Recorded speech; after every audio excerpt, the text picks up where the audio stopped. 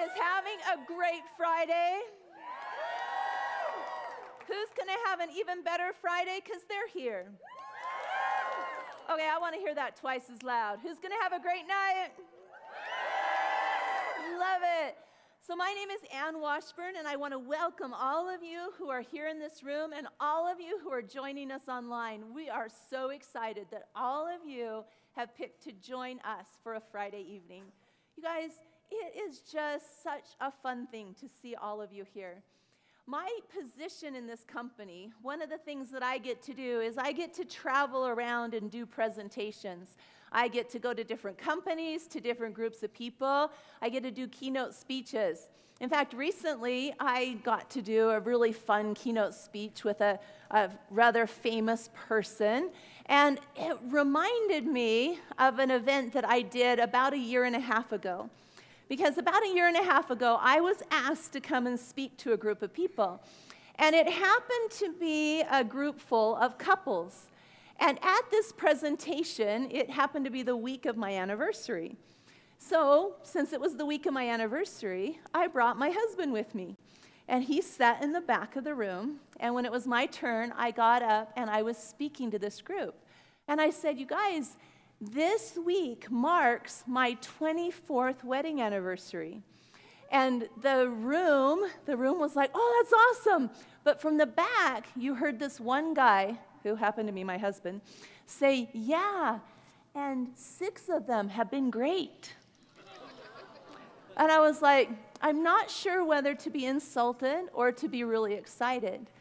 But the thing was this, the reason I tell you this story is because it's true. In fact, now I've been married for 25 years. So now we've had 7 great years. And over those 7 great years, the things that have changed are the reason that are great. It wasn't that the first years were so bad. It was that I have been able to learn things that have upped and increased my sense of self, that have been able to change me so that our marriage has been different. Because you guys, I have been watching Kirk and Kimberly Duncan for over 7 years now. For over 7 years, I have been following them. I watch what they do. I follow what they do. I copy what they do. Anybody else do that? Oh, I like that answer. And I do it because I want to have an amazing marriage. I want to have, it doesn't matter to me that it didn't start till 7 years ago. Would I have loved to have had this from the beginning? Oh yeah, for sure. But the fact that it's been over the last 7 years, I count that a success. I count it a success every single day that is better than the day before. Would you agree with me?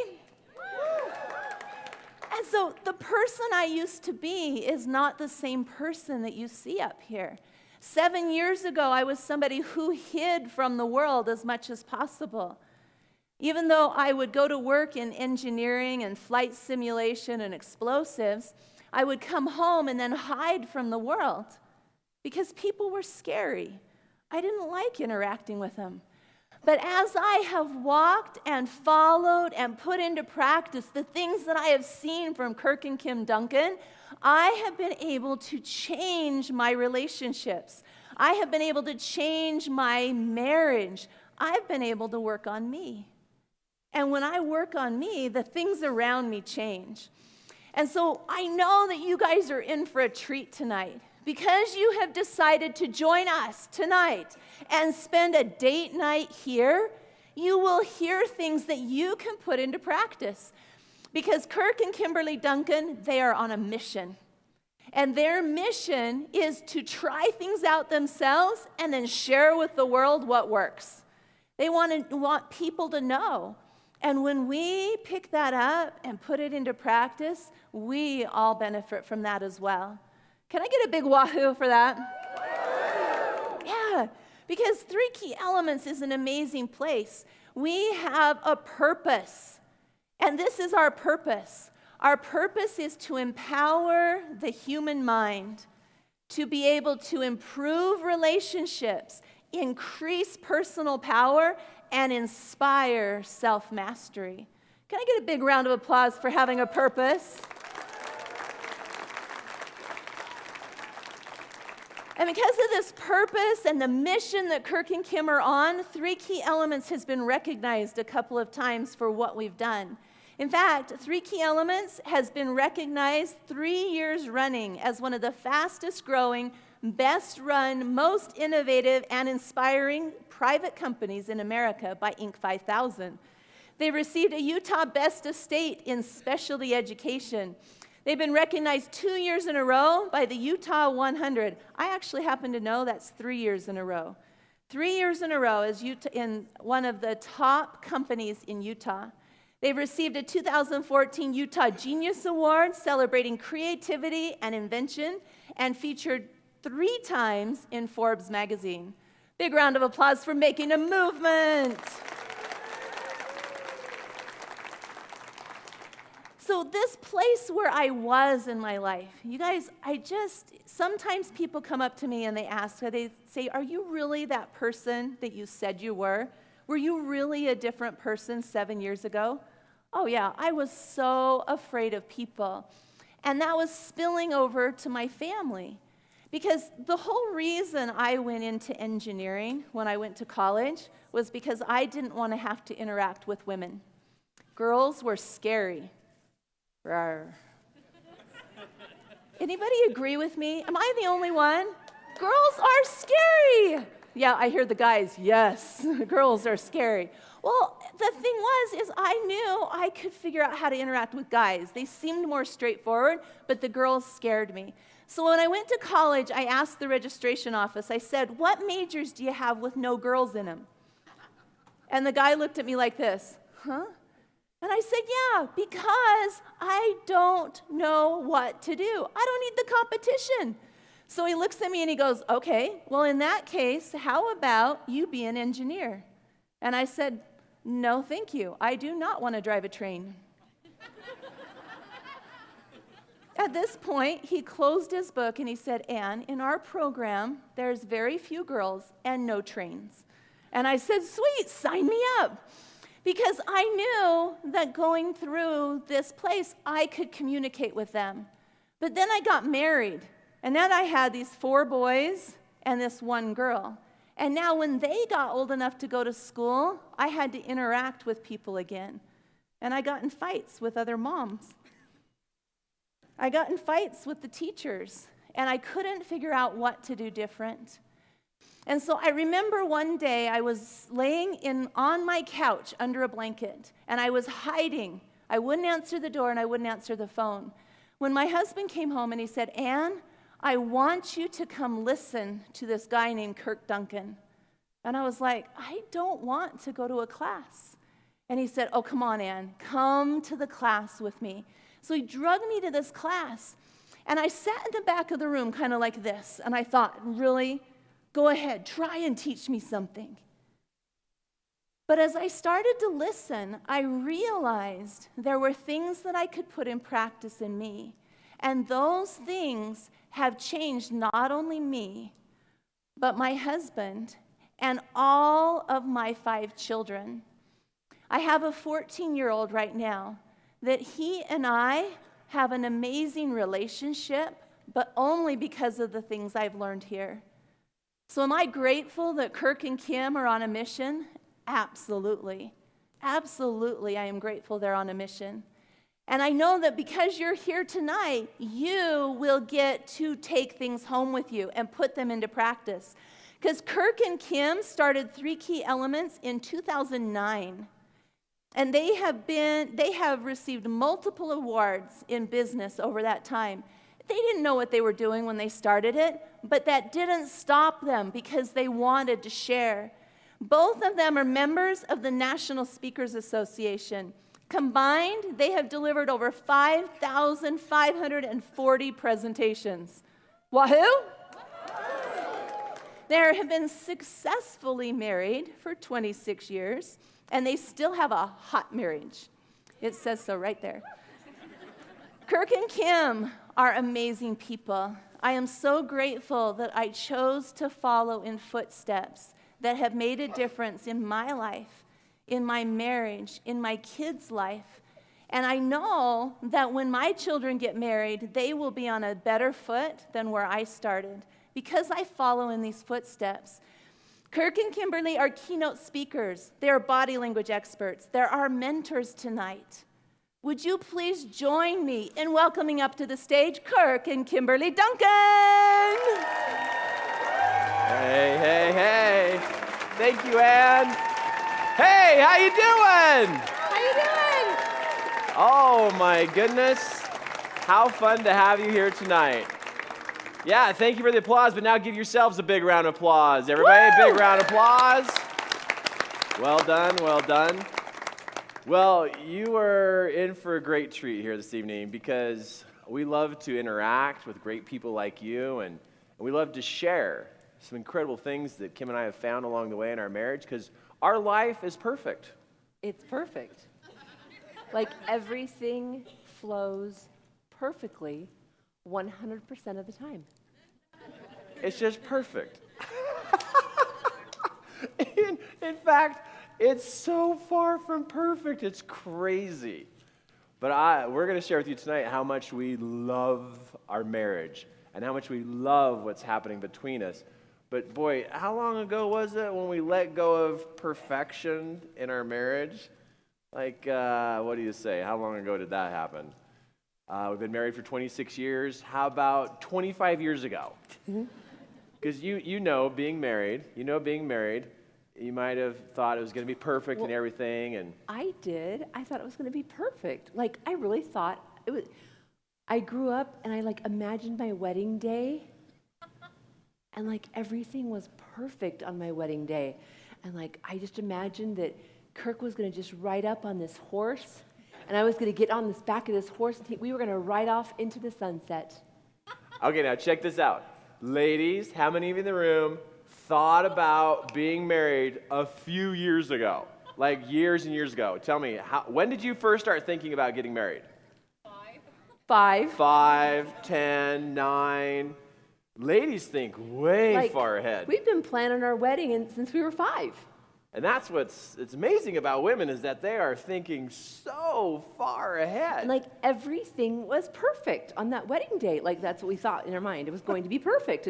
And the cake was going to look like this, and the dress was going to look like this, and everything was going to turn out like this. And then we were going to ride off in the sunset for a perfect life, right? Now, ladies in the room, how many times does everything work out the way you imagined it? How about 0% of the time? Yeah. But you know what's beautiful about women is that they do think so far ahead. And this evening, as we talk to you, we want to show you some differences that we've discovered about each other and how to honor those differences. Because Kim and I have found that, one, she's a girl, I'm a guy, and there's a difference. We did figure that one out. We figured that one out, and there's a difference that goes on there about how she thinks and how I think. But then we also have these... It's kind of like I'm from one planet and he's from another planet, you know? And I got my story from Wyoming. And I got my story from where I got my story. Utah. Well, yeah, but it's my story, not Utah's story. And I got my story, she's got her story. And then what happens is, then all of a sudden when you want to get married, what happens is these two stories connect or attempt to connect. And as these two stories and where I'm from and where she's from and all of her and all of me, and we start to begin this connection. And I had all these plans and ideas in my mind, and I thought this is what it was going to look like, and this is how our life was going to be, and our bedroom was going to look like this, and our kitchen was going to look like that. That's what I thought. How far ahead do you actually think? Oh, I know. You see, one of our sons has just gotten engaged. And we were on, thank you. One of our sons just got engaged, and we happened to be just leaving the country when the whole thing happened. And when he proposed to her, and proposed to her, and what happened was, so she knows that this proposal is going to happen, and man, all of a sudden I hear Kim, and she's already thinking about the wedding day and the reception and how many kids they're going to have and what their names are going to be, and should they come over for dinner on Sunday night, with all the kids. Course. And what it's going to be like to babysit the little grandkids. And it's like, they haven't even gotten married yet. They hadn't even gotten engaged at They that haven't point. even gotten engaged yet. But yet, I love the world wide web of women where they think so far ahead to do the planning. That's what we're supposed to do, right? To do the planning. Yeah. Our first son, Cameron, when he got married, Oh, this is awesome, it was guys. awesome. It was the day of... Well, let me tell the story, okay? Because I tell it really good. So here we are. I was going to tell the short No, version. we're not telling the short version. This is a good story. Okay, so Guys, how many of you want the short version? no, they want their. Well, you got to... I can't see all of you. You got to say something. They want the story. Okay, Okay. so as a woman, in fact, I just got invited to go wedding dress shopping for my new daughter-in-law. Okay, but I also went with my first daughter-in-law wedding dress shopping, which is really cool for a mom of boys. That's like a big deal. Because you dream about going wedding dress shopping with your daughter, and then you don't have any daughters, and you're like, wait, how's this going to work out? So it's really good to be invited to go wedding dress shopping with your daughter-in-laws. So the girl, spends all this time and tries on all these dresses, and it's just such a big deal for the wedding dress. And the girl's been thinking about the wedding dress, and is it going to be like mom's dress or grandma's dress or my own dress, or am I going to rent the dress? It's all these things, that we think about. And for the guy, the girl goes out and picks out his tux. So he doesn't pick out his tux, they pick out the tux. So he's like really disconnected from the situation, right? So what happened on our first son's wedding, it's the day of the wedding. And we have Cameron at our house, and Katie's at her house with her parents, and we're having this last experience with our kids together, and we're talking, and we're just like talking about tomorrow and what's it going to be like, and the wedding, and it's kind of getting into, actually, it's the day of the wedding. That's right. I think that's what I started out. Just be quiet for a second. I'll get it figured out. So we have this morning with all of our kids separate, and we're having this day, and then all of a sudden it gets to like afternoon, and they kind of had a later evening-ish wedding, not evening, but afternoon-ish wedding, and the place where we get the tuxes from, all of a sudden the phone rings, and I hear Cameron talking on the phone, and I hear him saying, "Oh, okay, I guess I better go pick up that right now." They actually had to call him and remind him that he forgot to pick up his tux for that day. And they were about to close. And they're like, "If you want your tux for your wedding today, you might want to come pick it up." He's like, "Oh yeah, that's right, I kind of do need a tux for my wedding today." Really? Like, what in the... We're getting dressed in like 30 minutes, and he has to think about going and driving and pick up his Okay, I got to tux. jump in. Guys, we're good at knowing what power tool with what size of screw to hang that picture on the wall, don't we? Yeah? We may not be thinking about tuxes and weddings, all that kind of stuff. Apparently not. We may not think that way, but man, we can fix stuff. Some duct tape, some grabber screws, and a drill. Right, guys? Right, guys? Yeah, we may be different, but we're necessary. We're I necessary. didn't say you weren't necessary. No, I'm just trying to hold some space there for... I Because Cameron's a man. He's on my he team. He is, and he is absolutely necessary. I'm just talking about the differences between how we think and how men think. And it's just like women, we've been thinking about our wedding dress for 20 years, basically, by the time we get married. And the guy isn't even thinking about it the day of his wedding. That's why we marry you. You're just so into the world of where we're going, but we're over here hanging stuff for you, fixing stuff for you, and getting all the eggshells out of the sink so the sink will drain, right? We're right there, right in the moment, making sure that world is good. And then we are going to be right there making sure that picture is hung straight, aren't we? Now, I don't know what it's about between guys and girls, but a guy will go, use the measurement tool, and it says balanced. But then she comes in, Yeah. and she says, That's kind of crooked. and it's like, it's not, look, right there. It's totally love. Oh, okay, let me fix it. Is that good? Yes. Okay, good. Who cares what the level says, right? Exactly. What we love in our marriage is this: as long as we've been married, and what we're discovering is, I'm different than her. I have my story, and he has his. And what she sees through those beautiful eyes of hers, and how she sees the world, Is all over here. it's different than how I see the world. Like, I'll start creating this and imagining this new thing or this new dream that I have, and I have all these pieces, coming together, and I start to tell Kirk my story about my thing that I've got going on, and then he starts telling me what his perspective is, and I'm like, wait a second here. This is my story, and I created it, and now you're changing it. Sometimes we as a couple, we want to jump in on other stories and jump and share our part of their story. And we're learning as a couple, and we still got a long ways to learn, Yes, right? we do. Another, 50 years, 60 years of marriage to have happen here on this earth. And For us? oh, yeah, 60 years? you and I are going to live to 115. I got it all figured out. All right. Okay. And for us, we know there are differences. Yes. And we also know one of the main problems in a marriage is the expectation that you have to do everything the same. And you have to do it all the time together. As though you're trying to take a man and a woman and actually make them a woman. There's no such thing as a woman. Is that a new word you made up? It's a woman. Something? And for us to mesh so tightly that we actually do everything together, and you guys know this. You say this between yourself, you know what? Let's do everything together. So then that means when I'm mad, he should be mad. When I'm happy, he should be happy, right? You guys know this. Yes. You know this. You know it, because that way you can If emotionally... I'm not having a good day, then I don't want him to have a good day. You can, you're going to be emotionally the same, financially the same, schedule's the same. And it's awesome when you first get married to play with that and to be so the same with each other.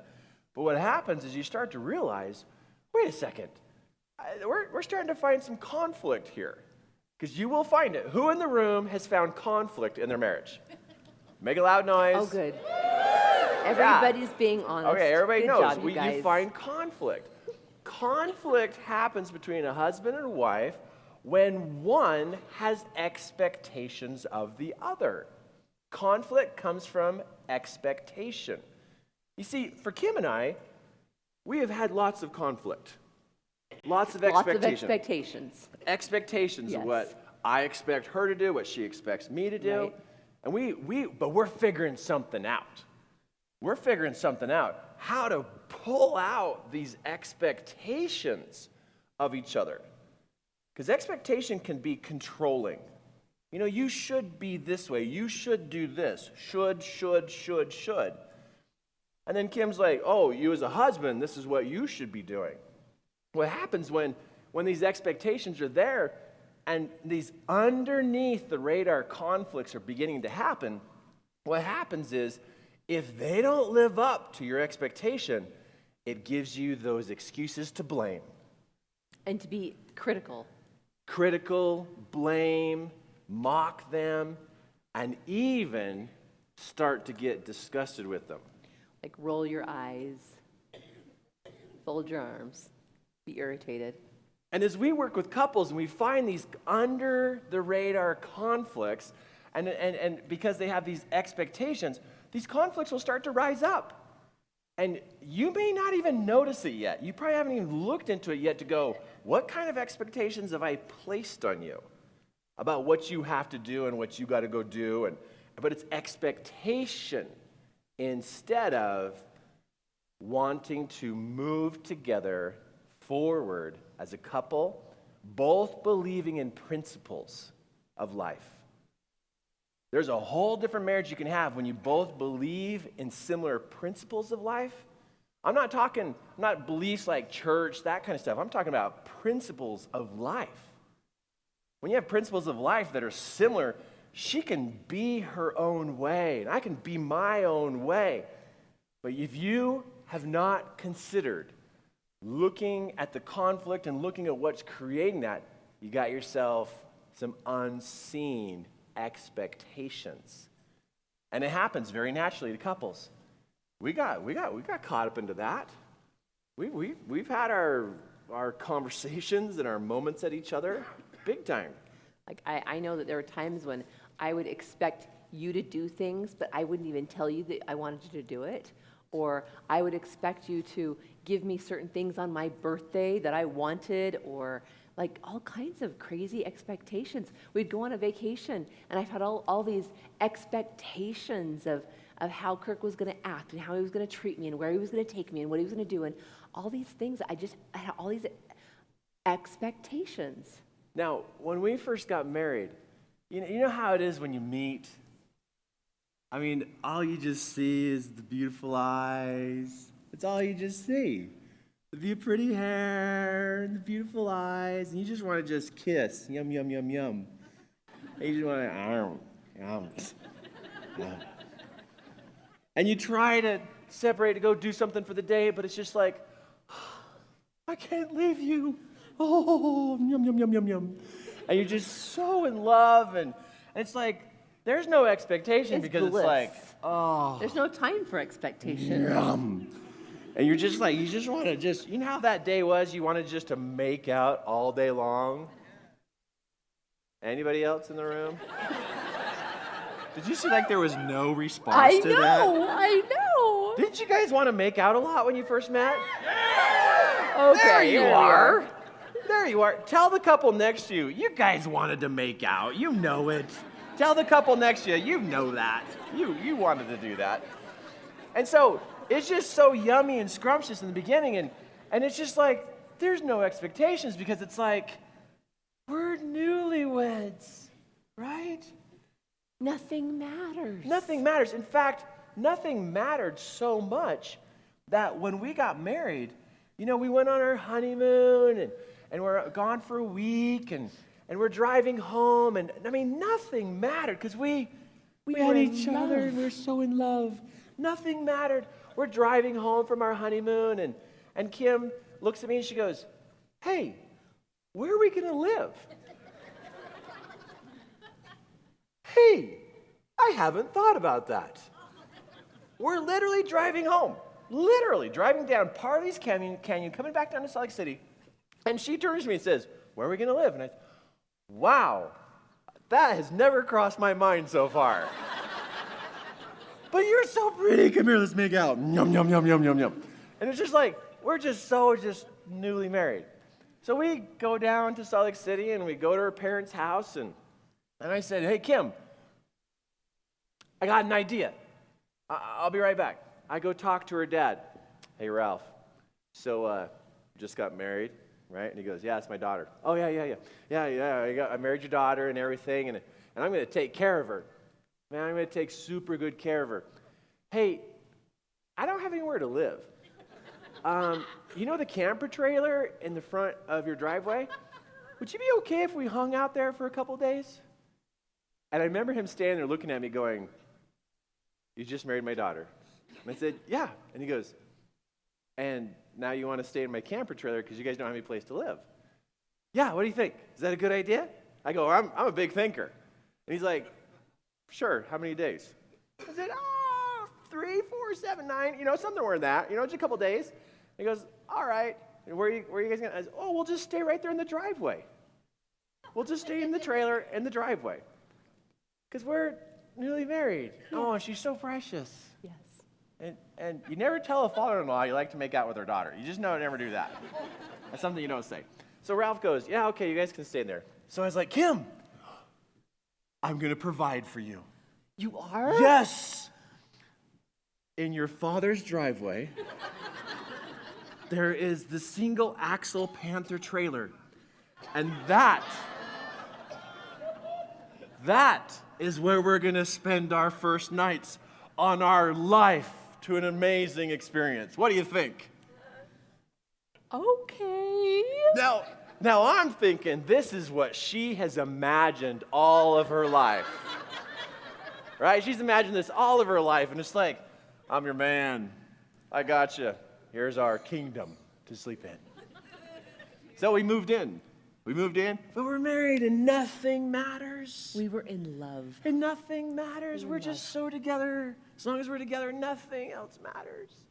So we move into the trailer, and one night goes by, 2 days go by. On the third day, you hear this noise. And we're still asleep. And Kim was like, hey, Kirk, you should answer the door. Someone's knocking?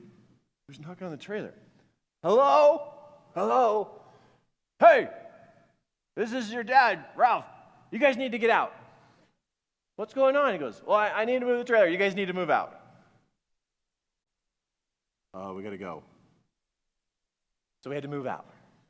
So where do you go after you move out of your father-in-law's trailer? Grandma's house! Man, we call Grandma up. Grandma, hey, you know that basement that nothing's happening down there? Let's move in. We are in for an upgrade. Oh, yeah, we actually get a real toilet now. Running water, I gotcha. I still don't have a job, but man, we got a new place to stay. And so we moved into Grandma's basement. Did you hear the part he had no job? Yeah. I haven't thought about that part yet. But you know what? Let's give a big round of applause to Grandma's basement. Yes, we love Grandma's basement. Well, I thought it might be a good time for me to go get a job. Kim had a job. She was earning money, bringing money in. I just totally forgot. I'm serious, you guys. I didn't even cross my mind having a place to live and getting a job. So as the honeymoon was wearing off, reality was stepping in. And it's like, hey, we need food. And we got to buy our own gas for our vehicles. And we got to do this stuff. And it's like, wow. So I go get a job. And we live in Grandma's basement for 3 months, about 3 months-ish. Then we finally moved out, got our first place. It was awesome. We got our first place. And then we decked it out with all the furniture we had. What did we had a card table and 2 sleeping bags that we got for our wedding. Camping! Give me like 4 guys to back me up on the camping thing. Oh yeah, it's like, why go in the outdoors when you can bring it right in the home, right? So we had 2. We didn't even really have sleeping pads to sleep on, did we? No, it was the floor. We literally had 2 sleeping bags on the floor. And our table was a card table that we got for our wedding, and so were the sleeping bags. And that was it. That's all we had. That was it. Oh yeah, wait, we had 13 crock pots. She's a 13 crock pot girl. Yeah, there's some value there. So we had 2 sleeping bags, and once we moved in, rolled our sleeping bags out and set up the card table, so on our 2 chairs, her mom came over to see the new place. Well, this is after a few weeks of us living there. My mom comes over, and she's like, well, take me on a tour. I'm like, okay, Mom, here's the card table. And then I walk her in the bedroom. I'm like, and here's our bedroom. And she's like, what? My daughter is sleeping on the floor? And so then she quickly proceeded to take us to the Goodwill store and bought us a bed and a mattress. It was not on the floor anymore, but it was one of those kind of mattresses where you get in it and you can never get back out again. Because you like roll into the center. Yeah. And then when you're laying there, you have to go, okay, I'll push you out. Go, go, go. Okay, you made it. Throw me a rope. Pull me out of the mattress. Okay, here we go.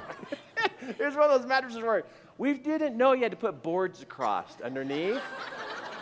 And so when you got in, it just went, boom.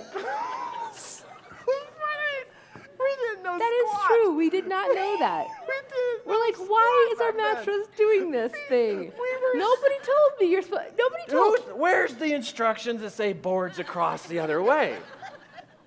That just didn't make sense. And then one day when your dad was over and goes, why is your mattress you can put boards across there? We put boards across there. Like, hey, this mattress stays flat. We didn't have to use a rope to get out anymore. Mind-expanding moments. Wow, the things we learned when we got married, right? Way to go. So we as a couple, when we started out, we didn't know very much. But we were in love. Yes. And nothing else mattered except now the bed, the bills. We got to make payments and stuff like that starts to happen. You guys all know your own stories and how it all compares, and it's similar to our experience of what's going on. But this is how we started out. And then she's working nighttime, graveyard. I worked graveyards. He worked during the day, and he had second job. So, like, he worked all day, and I worked all night. And we missed each other all the time, just missed each other. She'd He'd come be home, walking I'd in leave. the door. Right. We would, like, basically I'd come home, pass she'd each leave. other. You know, and you got to do what it takes back then because it's like, we got to work. We got to work. And I don't think we ever got ahead. Did we really ever get ahead? No. We didn't understand. Let me take some responsibility. The story I brought to the marriage was money is bad and you should never have any. Really. When I grew up, I watched my mom cry over money and I watched my dad stress over money. And I learned that money makes people cry and cause stress, so why should I ever go for some? That's what I thought as a kid, and I grew up believing that. So I had a story that money hurts people. So I bring my story to the marriage. And I didn't know he had this story.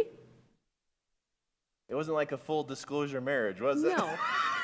But we were in love. But nothing mattered when you get married. Yeah. Until All of a sudden, you got to start we got to pay bills. paying bills and Yeah, and that kind of stuff. And then my mental programming was all lined up. Well, like get some money, get rid of it. And always just make barely not enough. And we always hit right below what we really ought to have had. It's like we to be at like negative whatever the number was back then, negative like 100 or negative 300 and negative 500. That was like exciting. That was a goal of ours. Hey, I think Let's this get month, to negative let's get to negative 500. 500. This is when we're starting. This is like, oh, well, we almost got there, but it didn't work. And then it turned into negative 1,000. Let's see if we can get to negative 1,000, negative 2,000. And it was going that way.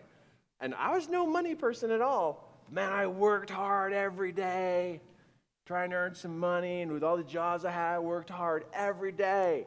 And then I had jobs, and he had like, let's see, 3 jobs. I had, I think, 2 or 3 jobs myself. We had jobs because we worked hard. That's what I came with from my family, is my family worked hard. My dad worked hard, and he always had a day job, and he had a night job, and then he had a weekend job. And my mom had her own job. So I came into the marriage with, you work hard to earn your money. You work hard to earn your money. Every single penny that you get, you worked for it. Every single penny. I worked hard, but I had another program that said, you don't want money. So we got 2 of us working hard. And money's going away from me, and she's trying to create it, and I'm doing things to make things messy, and the honeymoon's starting to wear off even further. And you guys have all got your own stories, but this is a very critical time of what's about ready to happen in our story. Listen carefully. Listen carefully. We're moving along, and then you're pregnant. Wow. That's a little person. Do we have to feed it? Clothe it? Oh my goodness, we're going to have a kid. Wow. Oh my goodness. Oh man, this is getting all real now. At first we had a kitten. That was our first cat. That was our first kid. Man, we took really good care of that cat. But now we're going to have a child. Whoa. Oh, did they show us the picture of our first child? Of our kitten? And now this is getting real. And when it gets real, you got to dive in and go, okay, now we got to make some things work here. We got to make things work. And we didn't know it, but we started to have some expectations for each other. Because now we have a responsibility besides ourselves. Now it's like, who's going to play what part? Because before it was just fun, and now it's like some like, okay, who's going to do what? Well, I'm failing. I'm failing miserably financially, but I'm working on it. Kid comes into our life. His name's Cameron. Oh, what a cool kid. We have a child, and then you got to feed him, and you got to pay for what goes in, and you got to pay for it coming out the other end. And it's like, you got to pay for both experiences with these things. And I remember standing in the store one day going, if I just cut down on what I feed this child, I don't have to buy as many diapers. I was trying to process how to cut corners. But I'm realizing, man, this isn't working out. I'm not able to pay for this kid. And what am I going to do? Oh, then we have 2 kids. Whoa, responsibility goes up even further. And we're still really struggling, massively failing. Can I just say fail? Failing with money. The stress is getting deeper, and the experiences in our life are getting just more stressful and more overwhelming. Yeah, and guess what happens when conflict comes up and stress comes up? Do you think this is happening? No, it more looks like this. Or we're trying to hang on because something starts to happen that was different in the marriage. And this is where it gets a little interesting. What happens is there's an expectation for me to be the provider for the family. And just to tell you how my head was working back then, when I got into the marriage, I really didn't have in my mind that I have to be the full person to take care of the marriage, because I watched my mom and dad both work equal amounts of time. And so when I got into the marriage, it was we both take care of the family. We both do this. And so when we weren't meeting ends, I find myself doing this. Hey, well, you need to do your part. And there was an expectation, but she didn't know it because I never really expressed it. I just had this deep expectation inside, and then I started to treat her differently. And then when I wasn't providing, man, I felt like just bad as a husband, because I'm not able to provide. And whenever a husband feels like he can't provide or protect, 2 important things to notice, men: provide and protect. When I felt like I couldn't provide and also protect you from stress and worry, when I couldn't do that, then it even caused me to feel less of a man. And now that I'm becoming less of a man, Then I start getting really worried. And I'm thinking, oh my goodness, he's not like taking care of his part. And if he's not doing his part, then I'm not going to let this all fall apart. And so I got to do something. So I step in and I start taking care of different things and taking responsibility for different things and being really bothered that he's not. And I'm thinking, what is the deal here? And the more and more and more I started taking care of things, the more and more and more he stopped taking care of things. as soon as she started to be active and she's taking literally control and making choices about the family, because I was making so many mistakes, she would ask my opinion, and I would just say, hey, whatever you want, honey. Whatever you want. And then it kind of sounded like he didn't really have an opinion anymore. So why even ask, you know? And so why not just do it on my own? And so I was taking care of the work, and I was doing all the bills, and then I have these kids I have to take care of, and I gotta work with them and teach them and discipline them. And he goes to work, and go ahead. He goes to work, and I'm all stressed and have all these different responsibilities, and he goes to work and he comes home, and he's all happy, and guess who the kid's like? Him.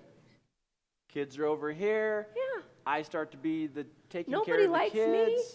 I'm the mean one now. So we, going through our marriage, what happened? We were going along, but in the beginning, we were like this. We were like this.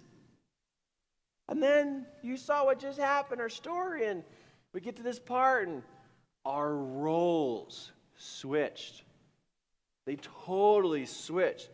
But what we did not know is when our roles switched, something happened to us individually. You see, every person has, how do I explain it? Like, every person has energy. Every person has a presence about them. And they've taken that energy and they've split it in two, and they call one side masculine and the other side feminine. And every person has masculine and feminine energy. Feminine energy is nurturing, gathering. Masculine energy is action steps, complete the project. I have masculine and feminine energy. She has masculine and feminine energy. And so my natural design is to be the action and complete project person. So my masculine energy would be higher than my feminine energy. But a man without any feminine energy causes a lot of problems in the world because there's no sympathy, no caring for anybody. So it's important for me to have some feminine energy, but I want to be the guy that has the get it done, provide and protect, and be able to get it done. Kim's natural side is to have more feminine energy, where she's the nurturer and the gatherer and the helper and the teach and share with the kids and people around her. But what happened is when we had this switch, she had to step into the action girl. She had to do things and make the schedules and make things happen. So her masculine energy went up, which caused her feminine energy to go down. Over here, my masculine energy went down, so my feminine energy went up. So when our roles switched, we did not know this, but our energy in ourself, it began to switch. Well, and it got out of alignment. I was totally out of alignment with myself. I was not aligned with how I was created as a woman to be. And so when I became then out of alignment, and I had all this stress coming at me in so many different directions, I started to not like myself, and I didn't like my body, and I started being critical of me, and I started to eat, and I started to gain weight, and it just got to be really, really stressful in our life. And because that stress got to be so deep and intense that I then started to get really critical of, because I was already really critical of me, and it gets to the point where I can't be so critical on myself anymore because it's too painful to go this direction. So guess what I did? I started being critical of him. I start picking apart everything he does and picking apart what he doesn't do. And everything he did wasn't right. And I could see all of the flaws that he had because I didn't want to pay attention to my flaws anymore. So I was going to pay attention to all his flaws.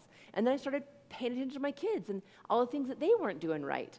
So I just became a really not nice person to be around. So now we're in this place in our marriage where our roles have switched, the energy's switched, but we're still trying to hold on to each other. Still trying to hold on. And we know that there's other couples out there in the world, and probably in this room, that are in this place where they're trying to figure out what's happening between them. What's going on between us? And if we were to reverse the story, and we could show you a couple of things here about what's happened here, I think we could show you how to bring this back together and then align both of you to point your energy forward. Instead of having, you need to change, you need to be better before we can move on, Right. you can go, I'm on. I'm on. How are you? I'm on too. I'm on. You on? I'm on. Hey, I got expectations on myself. I have expectations on myself. Whoa. I'm paying attention to me. Did you just hear I'm that? paying attention to what I'm Where does doing. the expectation go? To? Tell me. Where's your expectations go? Self. Self.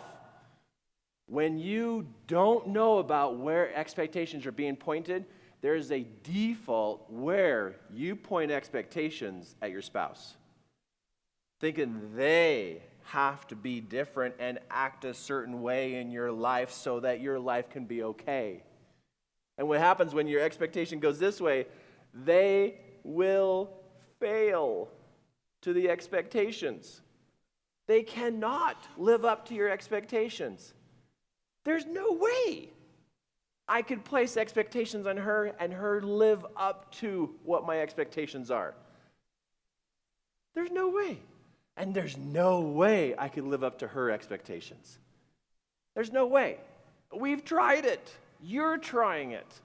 And as long as you have expectations of your spouse, you're frustrated. Little things during the day bother you. And you don't know. It's, oh, they didn't do that. Gosh, I wish they would. And these frustrations can get in you and then get between you. Raise your hand and make a loud noise if you know what we're talking about. Do you guys know what we're talking about here? Yes?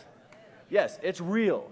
It is so real. And for us to be able to have this conversation tonight and then move this conversation up to some higher levels, super important to really see this for what it is and go, man, where are my expectations?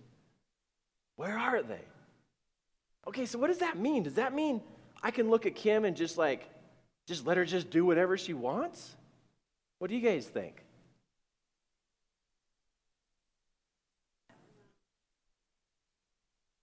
Oh, there's not very many answers coming back. I know you're sitting there going, is this a trick question? That's what I'm wondering. Is this a trick question? Where's he going with this? Where's he going with this? Do I let her be a free person? Okay, now you're getting it. Okay, do I let her just do whatever she wants? You guys are like, yes, no, yeah, well, no, yeah, well, where are we going with this, Kirk? That's what I'm wondering too. Okay, you know this.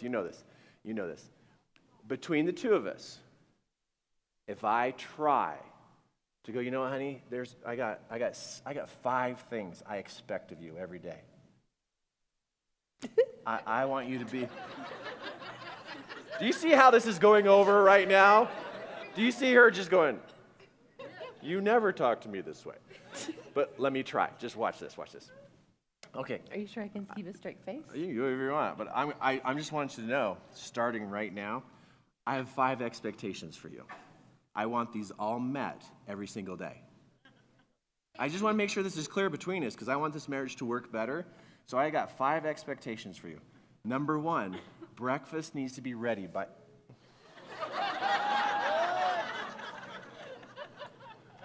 Let's study body language for just a moment. This means ninja moves are being considered. Tight lips mean she's locked and loaded with something to say. Okay, so me to come to Kim and give her expectations out loud. All of you are looking at this going, well, that looks dumb. But what's the difference than me over here thinking the expectations? You know, I could be sitting here thinking, man, I wish she would make me breakfast by 8 o'clock in the morning every day because that would just make my life so good and I would be able to do better if she would just read my mind. Make me breakfast. Oh, this morning you didn't make me breakfast again? Oh, gosh, you almost measured up. Whoa, I just lost friends in the room. I'm just pretending. Calm down, we're just pretending. But wow, is that just like an ouch? Is that an ouch? No, I'm talking out thoughts that you have about each other. I'm over-dramatizing it, but I'm pointing it out. You have thoughts of your spouse, of expectations. Let me tell you where your expectations come from. When you were growing up, you saw your mom, your dad, you saw marriages around you, and you saw what people did, and you saw things you liked and things you didn't like, and you started to gather this list of what you think a marriage ought to be like. Then as you got older, those are stored in the back of your mind, and then when you get married and you're over here and you're together and it's like, oh my gosh, we're married. As soon as you get married, the file in your subconscious of all your wishes and hopes opens up. But it was created years and years ago. You don't even know what's in that file.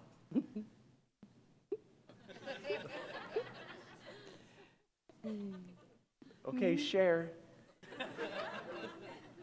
I'm just giggling. You can't giggle and not share. Share. It might be dangerous if I share. We're in front of hundreds of people. I know. What just crossed your mind? I'm just thinking of all the things I like plan out in my mind that you're gonna do that I never tell you, but that I expect you to do, and then when you don't do it, I get really mad. Did you hear that? The confession of a wife. The confession. And no, come on, all the other ladies in the room, could you relate to Kim? Let's just call it out right now, because if we don't, we're going to keep going on in life a little confused at why there's this underlying conflict of expectation and some separation between us and our sweetie pie. Okay, let's think about this for a second. So it's real, isn't it? Yes. And your stories came from what you saw growing up. But now when you're married, they're deep expectations. You didn't even know they're there, but you have these ideas of what you thought they were going to do. And they can come from the past where, like, they come from stories of what happened that you liked and what happened that you didn't like. And so then you start making these stories of, when I'm married, my husband's never going to do this. Or when I'm married, my husband is definitely going to do this. And you start making these lists in your mind up of all of these expectations, and they're buried so deep in our subconscious, we don't even know they're there. And then all of a sudden our husband does something, and we're like, excuse me? Did you not just think what I thought in my mind? And how did you not see that thought? We do that. And when we think these thoughts in our mind, and then we get mad at them because they're not doing what we think in our mind. I know that Kim grew up with a dad who could fix anything. Fix anything. And anything around the house. He repaired it, fixed it, he did all this kind of stuff. So we get married. We're married for a couple years and years go by. We're 10, 15 years into our marriage, and Kim, says, hey, the sink's broken. And I said, okay. And she goes, So this is what he did. Can I share that story? So he goes out to the garage and he gets black electrical tape.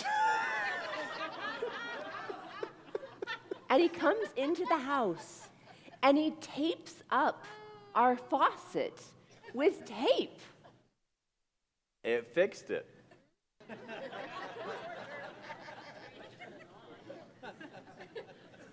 It's the kitchen sink. We couldn't invite my dad over for dinner for months. So, okay, let me go. Okay, men, do you all know the power of duct tape? You all know the power of duct tape, right? Isn't it like the most beautiful thing ever created on this planet? It was black electrical tape, though. Black electrical tape. Yeah, it's just like, that stuff, you wrap that around anything, it don't move for a while. So the water was squirting out the faucet. Bzz, bzz, bzz. And Kim's like, can you fix that? I got that. I go get my tape. I'm like, hey, look, it's done. And she stood there looking at me, and I saw in her face an expectation. And in that face... in my mind, I'm thinking, I thought we would at least drive to Home Depot for something. Why drive to Home Depot when you got black electrical tape at home? So I wrapped that up. And then Kim gives me that look. And when she gave me that look, I was like, whoa, there's an expectation. And I knew I was not measuring up. I could feel it. But I had began to figure out this whole expectation thing, and I announced out loud, I said, I'm not your dad. Do you remember your answer? Mm-mm. It's obvious.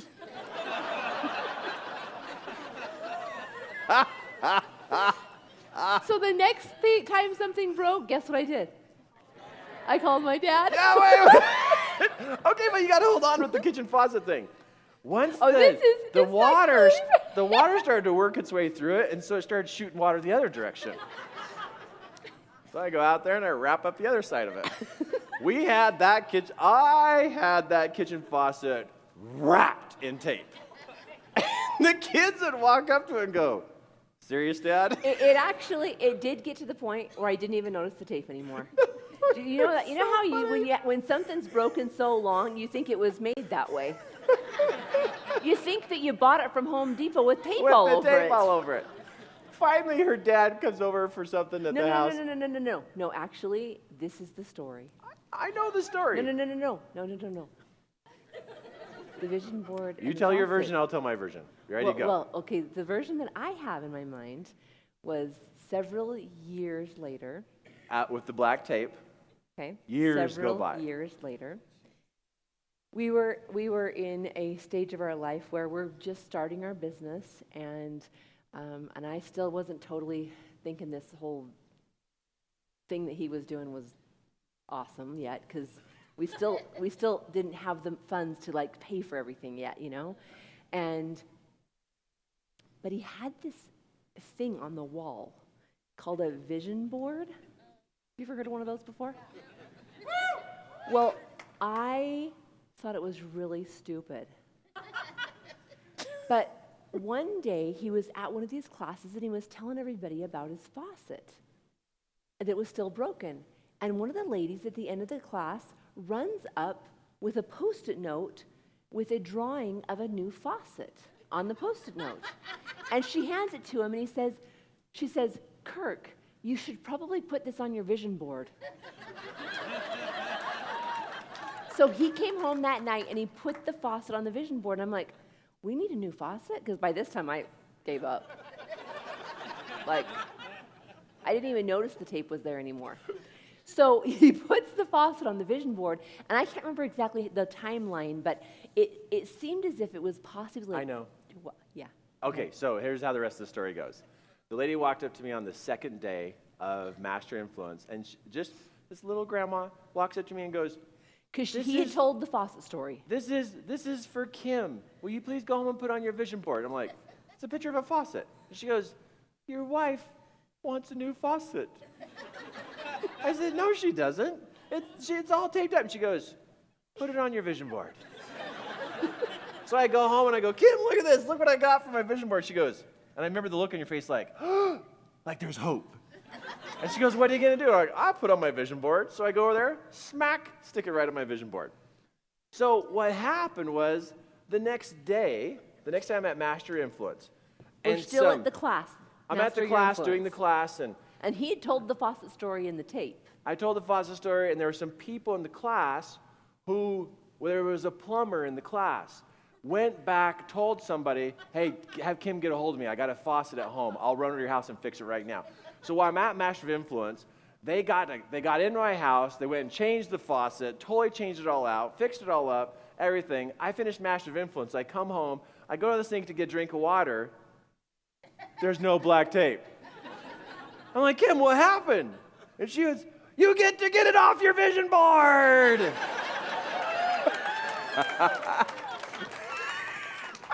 The power of people and vision boards, right? So you don't have to know how to do things.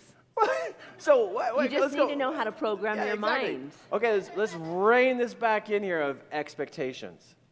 Expectations show up, then go back into hiding. Okay, so can I repeat what I was going to say here? Yes. So you don't have to know how to do things. You don't need to know how they're going to come together. All you need to know is the end of the story. You just need to know the end of the story, and you need to believe in the story to the point where you can see it, you can picture it, you can smell it. And if you believe enough and you put yourself out there, though you don't have to know how. We all are so worried about how our life is going to be more perfect, how our marriage is going to be more perfect. But we don't have to know how. And things will begin to show up in your life when you believe and you put yourself out there and you open yourself up for all of the possibilities that could happen in your life. That's what Kirk and I did 10 or 12 years ago. We began to open up our lives and let things start to show up.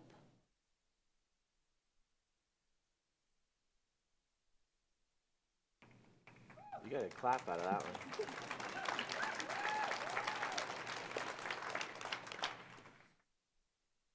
I'm going to switch gears. Okay. Okay, so switch gears. So back to the expectations. Expectations show up right when you had that expectation. hidden expectations will show themselves in a moment. When the moment starts to fade away, they go sliding back down deep in. So as we worked with couples and did a lot of training classes, one of the things we want to bring up to those who are wanting to have an energy-rich life and massive connection between man and woman is that those expectations have got to be caught and removed. So when you listen to us talk about expectations, if I have expectations on Kim and I take them off, and she takes hers off of me, hey, Kirk and Kim, how do you get stuff done? How do you know what's going on?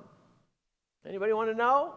Yes. Anybody want to know? Yes. Yeah. First, you got to admit you have expectations of your spouse. Is that true?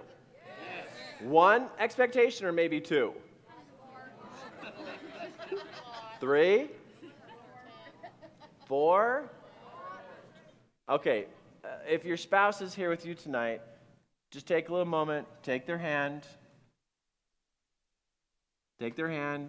turn to them, and just for a moment, apologize. I want to apologize because I have expectations about you. And I hope you'll forgive me. I forgive you, Kirk.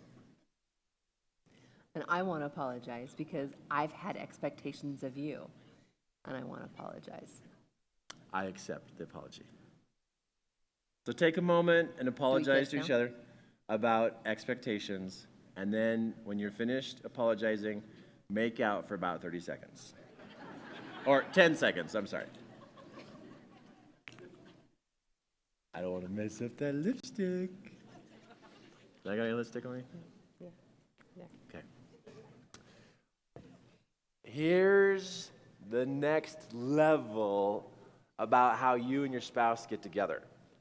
The next level. Expectations happen naturally. We have expectations on our kids. We got expectations on our spouse.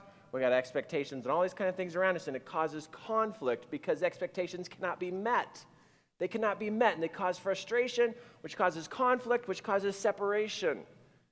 Frustration and conflict is an infection in a marriage.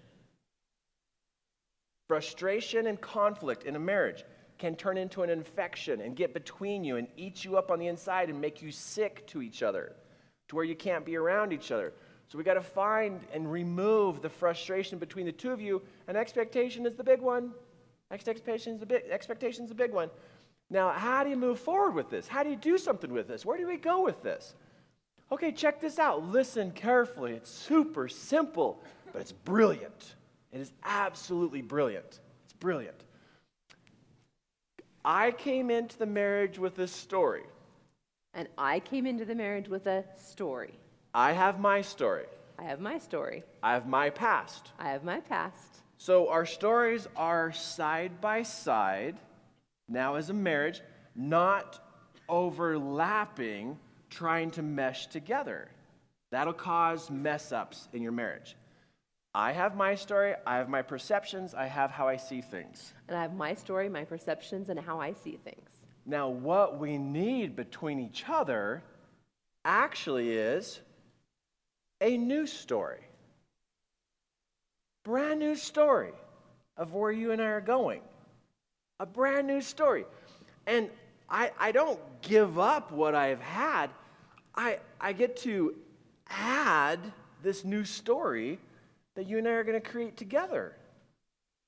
But I know over here I have expectations. And I know I have them, but I'm going to leave them right here. And over here, let's create this new story together. Now, we just told the experience about Kim asked me to fix the faucet and I'm not her dad. But hey, what if you and I agreed on things that break down in the house get repaired quickly? Could you agree to that story? I could agree to that story. Do you like that story? I like that story. Does it have to be me? No. That would be an expectation. Mm-hmm. What if in our new story... I thought it had to be you. Yeah, because But I realized it didn't have to be you. because that's what you saw in your dad. Right. And then you're projecting your dad on me. Right. Which then I can't live up to your dad, which caused you to be frustrated. Right. Which caused the infection between us. Right. So instead of having that story be projected on me, what if you and I agreed on a story that when things get broken down, that we make arrangements for them to get fixed quickly? Is that cool? I'm good with that story. Okay, I like that story too. I would rather them get fixed by somebody else. But what if we don't have the money to pay somebody else? They're going to get fixed by somebody else. Let's just hold the story. Okay. Are you game for the story? Okay. Because if we create this story, I think I will live my life and you will live your life so we can make that story come true. What if we do that? Okay. I remember the day that Kim fired me. I do too. She walked up to me at home and she goes, "Kirk Duncan, you are officially fired." I stood there and I went, "Really? What did I get fired from?" And she goes, "You are fired from repairs from the house." Yeah! Yeah! Are you serious? And she goes, "Yep, from this point on, you repair nothing." Are you serious? Are stories coming true that somebody else is going to fix it? And all these kind of things started to happen where she would find somebody who she could do a little bit of a trade with, or meet somebody down the road who's like, "Oh, you know how to fix this?" But we switched the story. Instead of her keep projecting this I thought expectation. it had to be Kirk that fixed the things in the house. And where did it come from, everybody? It came from her Yeah. father, which then now is be projected as an expectation on me. I thought that to be a good dad and a good husband and a good provider, you had to be the one that fixed all the things in the house. Because that's what my dad did. And I know nothing And that about was just fixing a stuff. story that I had from the past. I know nothing about fixing stuff. And I could go to Home Depot and they could sit there and show me everything. It don't work when I go home and try it. It don't work. I buy the part, I go home, it's the wrong part. And I go back and forth like 20 times. And it still leaks after I'm done. It just don't work. Like, I am losing so much time and money trying to be the fix-it guy. So we dropped it. We created a story, and we're like, let's find another way for this to happen. Instead of your expectations and my expectations clashing here and really hitting each other, let's get that out of the way so you and I can get back together. And the cool thing is I didn't, at the beginning, I thought I had to know how it was going to come together. I had to know who it was going to be, and we didn't have the money back then to hire people to do all these things. And so I thought I was going to have to figure out all those things. What happened I decided to be open to this new idea of a story, a new story. Like, it didn't have to be my old story that I brought into the marriage. It was our new story. New. What's the word? New. One more time. New. Come on, type. New. Yeah. Oh, if you got in on this, right? If you got in on this of creating a new story without expectations, new story.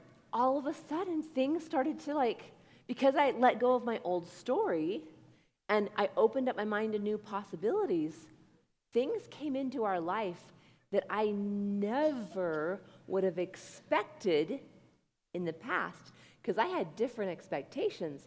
Once I let go of those expectations and I opened my mind up to a new story and a new possibility, new ideas, things I could have never imagined in my wildest dreams came together to take care of the things that we needed. So this story, if you need to give it a name, it's called lifestyle. Lifestyle. The two of you are coming together not to bring old lifestyle and smother the other one with it, or the other one smother you with it. You're coming together and taking what you believe and want to build, a new lifestyle. That's what you're looking to do is like, hey, if we could create a lifestyle together, what would be the coolest thing for you when it comes to repairs in the house? Would you like them to be done quickly, or you want them to take 2 years? Quickly. Quickly. And done right? And done right. Yeah, that last. That last. And look good? Quality. Look And that good, are level? Are level. And they Yeah, get done. And they get done. Me too. Yeah. I love you. It's the same story. Oh my gosh, I love you. We're actually on the same page. Oh, we should kiss. So we found this common ground that we both want the same thing. Where how many years did we have expectations of me being the fix-it guy? I have messed up so many car engines and so many lawnmowers and messed up my weed whacker beyond repair. Like it is so, I should not touch those things. You know that. Yes. I break everything. And when she goes, can you change the ink in the printer? Do you want to have to buy a new printer? Like, I should not do that. Well, Kirk, it's just easy. I'm like, no, don't let me get in there. So we created this story. But remember, okay, everybody, listen to this. A new lifestyle has levels. They have levels. So when Kim and I created this story of like, let's have somebody else fix the stuff, and it gets done quickly, and it's nice, and it's put together, and it's going to last. We knew in the beginning we're going to start out in small experiences. Little tiny things that we'd practice, not me having to do it, but somebody who could fix it quickly.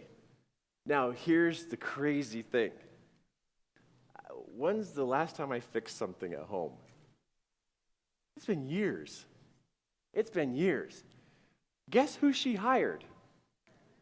Her dad. She called her dad up when she told me I was fired. I said, well, who's going to do this stuff? And she goes, I called my dad and hired him.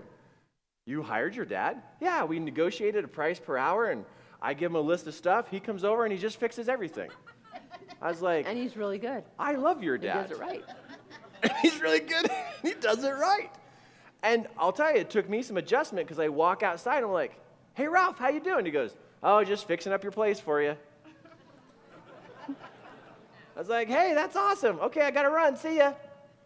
And he's over there fixing my sprinkler, fixing the tire on the trailer. He's doing the winterizing or whatever. And he's out there just doing this stuff. And he's making money. And we're having our lifestyle story come true. And there's no infection between us. We solved that expectation. It did take us a while to work up to hiring my dad. At first, it was trade. It was like everything was trade, and then not with my dad, but with other people. And then it worked up to that. And now I never worry about it. We know that Kirk has his genius, and his genius is not fixing faucets or painting or other stuff like that. It's just not his genius. In fact, the other day, Kim sat there explaining to somebody. They went, well, somebody asked Kim, they go, well, what does Kirk do? And she says, he teaches and trains. Well, at home, because they overheard her saying that she has a repairman coming to the house, and she's got a landscaper coming to mow the lawn, and they're having somebody else take the cars to get oil changed. And they're going, doesn't Kirk mow the lawn? They said, well, what does Kirk do? Because everything else was being done. And I said, he does what he does. He has a huge company that he runs, and it's a Forbes magazine, Inc. 500 company. And I overheard her talking to her friend down the street, and because she was saying, yeah, our people are coming over this weekend on Fridays to mow the lawn, and our house cleaners are there on Friday, and my dad's coming over to fix the things, and they heard all these people coming over, and when they, on my side, what I heard is she goes, and the lady goes, well, what does Kirk do? And my part of the story I caught with my ear was Kim says, well, actually nothing. And the lady shook her head and goes, he doesn't do anything? Well, he sits outside and he thinks. And then he goes in his office and he types stuff up. And then he goes to classes and he teaches people and their life improves. And then we come home and we have somebody who does our grocery shopping. We have a person at home that does all of our meals. We have somebody who cleans the house. We have somebody who does the lawn. We have somebody who takes care of all the vehicles. We have Ralph who fixes everything around the house. And they're sitting there listening to Kim just going, what? What? You guys can't. That's weird. You guys built that. It's our story. We are building a lifestyle story. But it won't work if you keep expectations on each other. Expectations create conflict. Conflict creates frustration. Frustration creates infection. And you will be married but separated. You'll be together but not talk because those expectations are still playing out. And I can tell you right now, this happens to couples who have been married 20 years, 30 years, 40 years, 50 years, where they're literally 50 years into marriage and they still have expectations on each other. And they're still mad because their husband won't act a certain way. And you probably know somebody who acts that way. And you can still see it playing out, the expectations. If you agree with me, hold your hand up and make a loud noise on that one. Yeah. Don't you think it's time that the expectations came down? I know it sounds weird, like, whoa, no, that feels like there's no control. There's no, like, have-tos. I'll tell you what creates a passionate marriage is to have this new story between you, right here, where the hands connect. Kim still has her past. She has who she is. I have who I am. But we're living this story where our hands connect, and we're building this story together. In fact, what we call it a lifestyle. And another way we explain it, it's called an energy-rich life. We love that saying of energy-rich life, where we can pour our energy into our new story instead of with each other. How far do you think you would be in your life if you could use this energy that you're being all this way with each other and you use it to build and create? Who knows right now you would be further in life? Yeah? Make a noise, yeah? Yeah. And will you right now reach behind you and touch the couple on the knee behind you and tell them, hey, you need to build a lifestyle, my friend. You need to build a lifestyle. You need to build a lifestyle. Got one more, a little bit on this right here. What you're missing, my friends, and what's going to really bring it together is having this new story you create together. And Kim and I, we teach a class together called Royalty and Romance. And in this class, it is all about finding your identity as a woman and finding your identity as a man. Because when you get your identity dialed in of who you are, separate from what's happened to you growing up, you know, instead of bringing the old stories with you, you create a story about where you're going and you create a new story about who you are. I think having new stories has some fun energy to it. You know, because we see couples all the time who they've lost to see who they are and what they can do and create. And then they don't have a new story of lifestyle they're wanting to build. Most couples, the conversation they have on their mind is, we need to make more money. You know, if we could just make more money, then all of our problems will go away. You know, if we just had more money, right? What do you think? Does more money make your problems go away?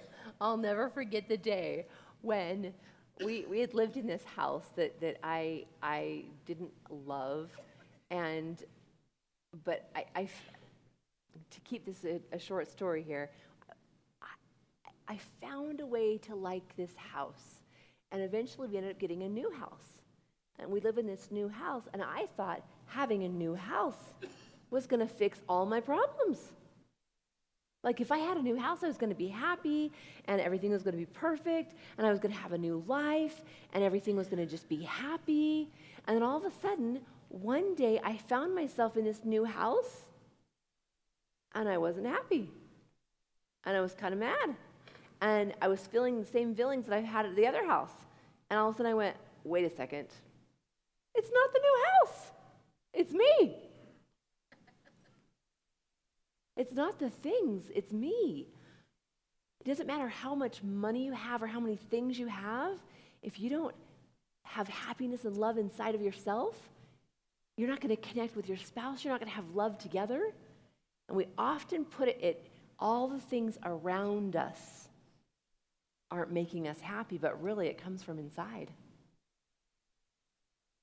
So the saying of get more money and all your problems go away, I mean, we started out in a trailer, right? Yeah. We always thought, man, if we just have more money. And then what if we had $2,000 a month? And man, it'd make everything so much better. then we got there. And we, I wish I had $5,000 a month or $10,000. If we just had $10,000 a month? it would solve our problems. You know, you've probably said that or have a friend who've said that. The magical number that people say is, man, if we had $10,000, it would fix everything. You've had that conversation as a couple of trying to decide how much money it's going to take before everything works out. And we're here to tell you, it doesn't work. Having more money doesn't fix it. It doesn't fix it when you don't have the stories and the identity in place. Money just compounds the problems. Whatever the problem is, it becomes bigger with more money. Yeah, money doesn't change you. What it does is it actually accentuates your attitudes. If you're ornery and you get a bunch more money, you're actually more ornery. If you're happy and you get a bunch more money, you're going to be happier. Yeah, money doesn't fix things. It just emphasizes wherever you're at. Change things. Does it pay for bills? Does it buy groceries? Absolutely. It pays for things, but it doesn't alter the person on the inside. No. And so if you happen to be a couple right now and you've been making this goal, like, let's just make a certain amount of money, Kirk and Kim, our goal is make sure our story is what's on our mind all day long. Stories produce results, not money. That's something to write down. Stories produce lifestyle. Stories produce a great marriage. Stories produce families that communicate well with each other. Because the story in her mind and the story in my mind, if our stories aren't aligned and they're going the same way, we're going to be off in different directions, and that causes conflict. So if our stories are off, we're off. You guys, true? True. Come on, tell me. True.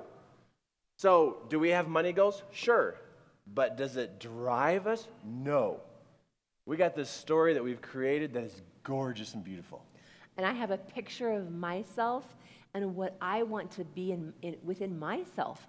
And I've got a picture of who I am. I have a description of who I am on the inside. And I want you to know this new identity of who I am. I hope you're taking notes. And you're making these notes of going, man, we got to do this. Man, we got to do this. These are the three things they're showing us right now. Do you see it, honey? Do you see it? I hope you're sitting there going, we can't miss this. Kirk and Kim would not waste our time tonight. There is a story for the two of you to create.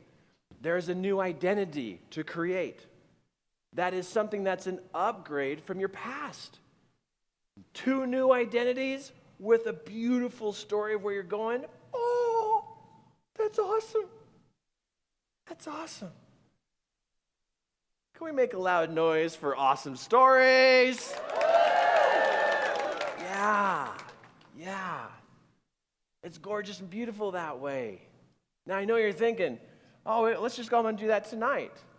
I know, that's what people think. They're just going to go home and they're going to do it tonight. You know, your to-do list of all the things you're going to do? And that's why we put on a program called Royalty and Romance.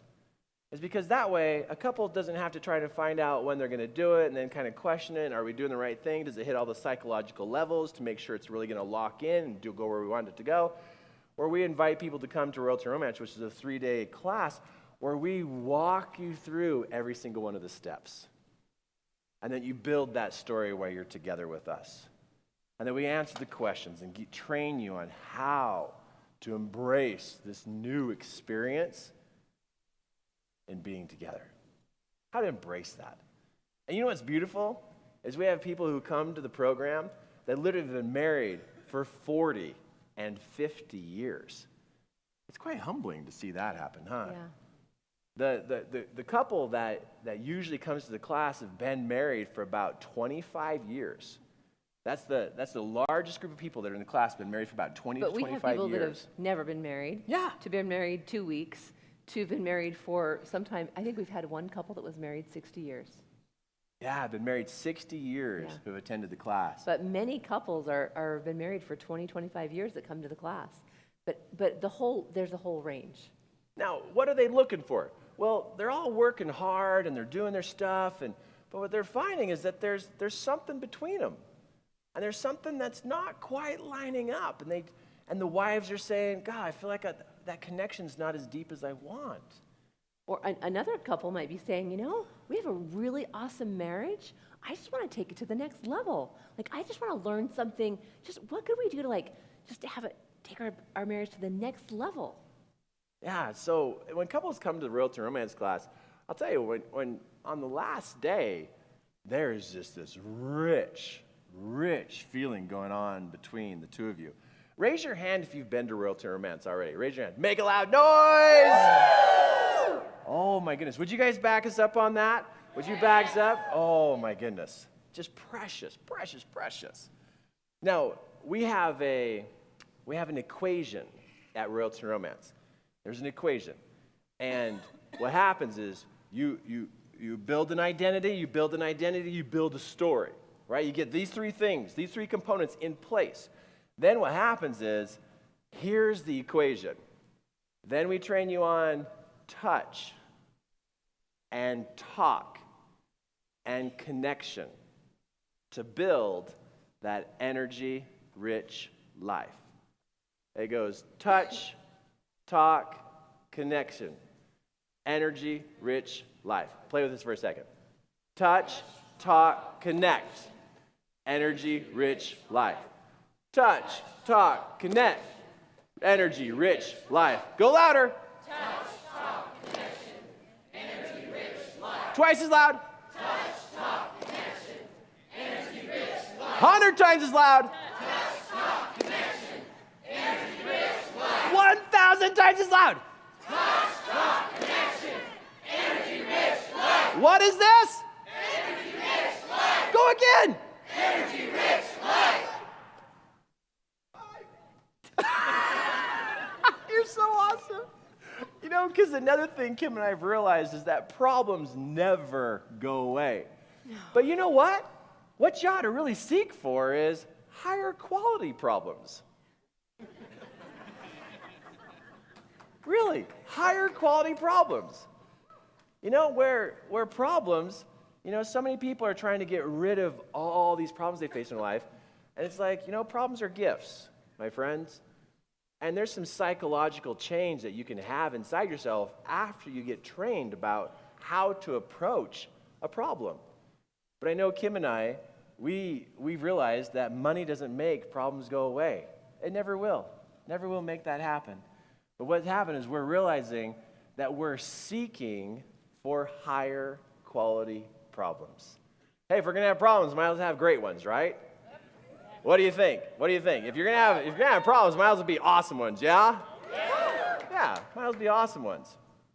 This equation of touch, talk, connect, this whole thing about touching and talking, another incredible rich component about Realtor Romance is the way you learn how to touch.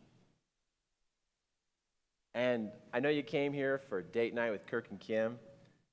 And I have just a few pieces here I want to share with you about touch. This is a beautiful woman. And she is my bride. And it is my work to respect her at the highest level. That every day, I find ways to show her how much I love her. And I can say it.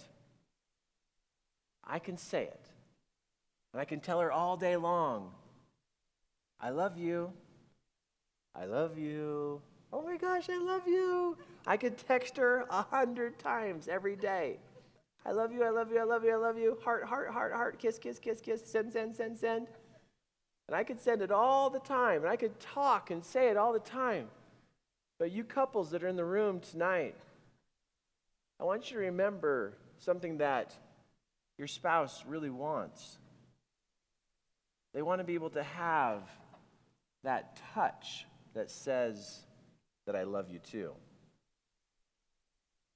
And you can love the hand, love the arm, love the shoulder.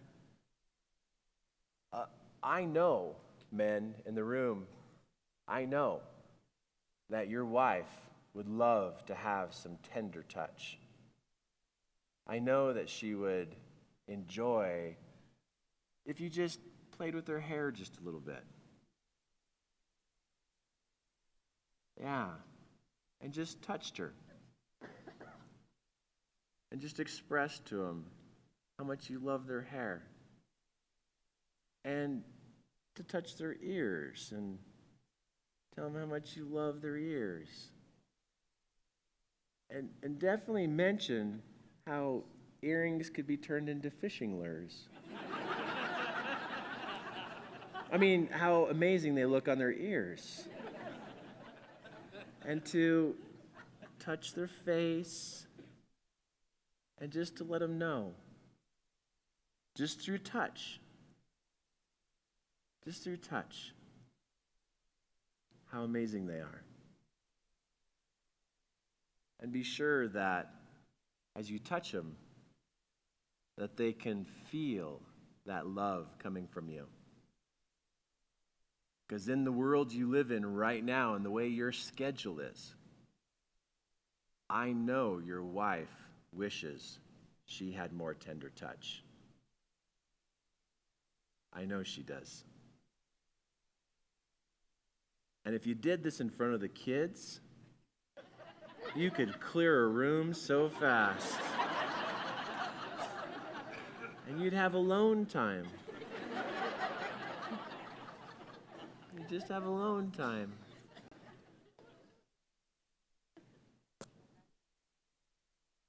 Yeah.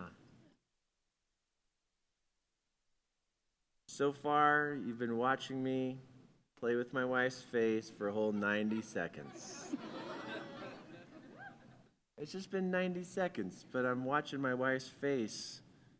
You're really super soft right now. And I know she's thinking the thought right now, okay, that's enough. But ladies, you know.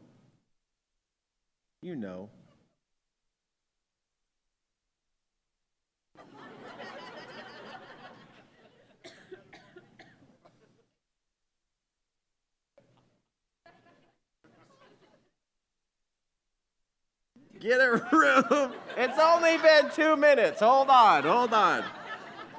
But notice, my friends, notice. It's only been 2 minutes.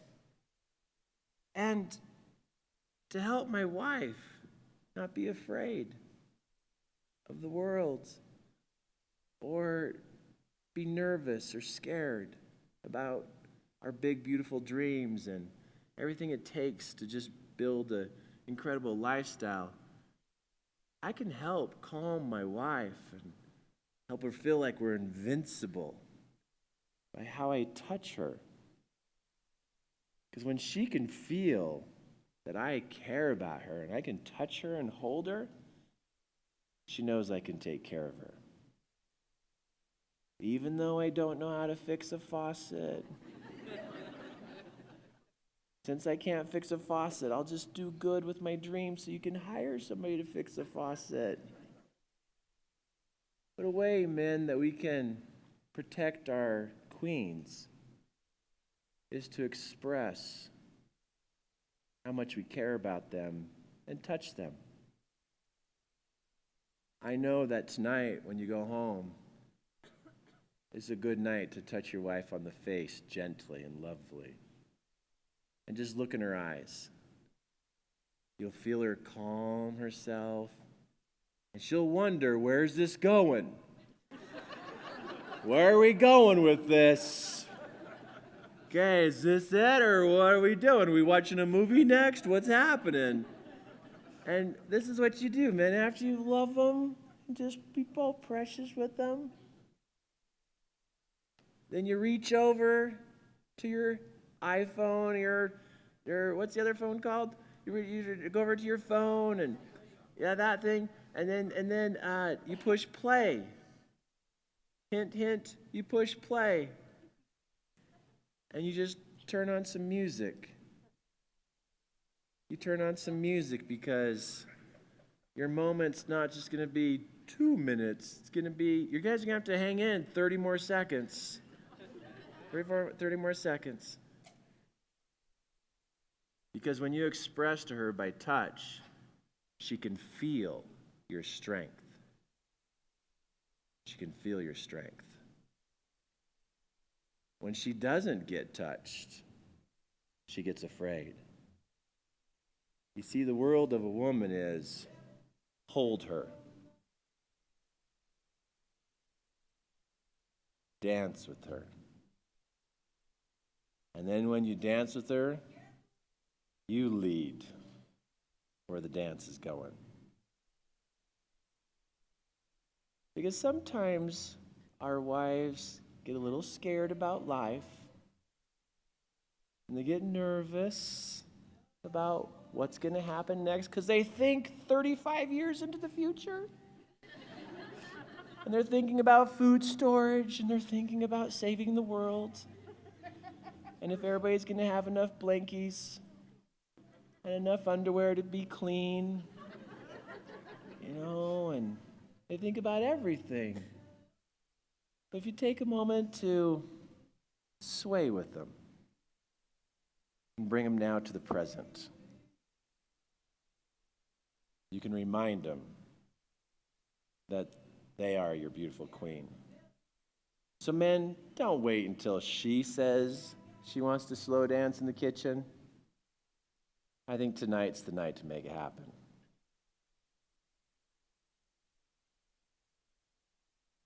Hi. Hi. Kiss already! Hi. Hi.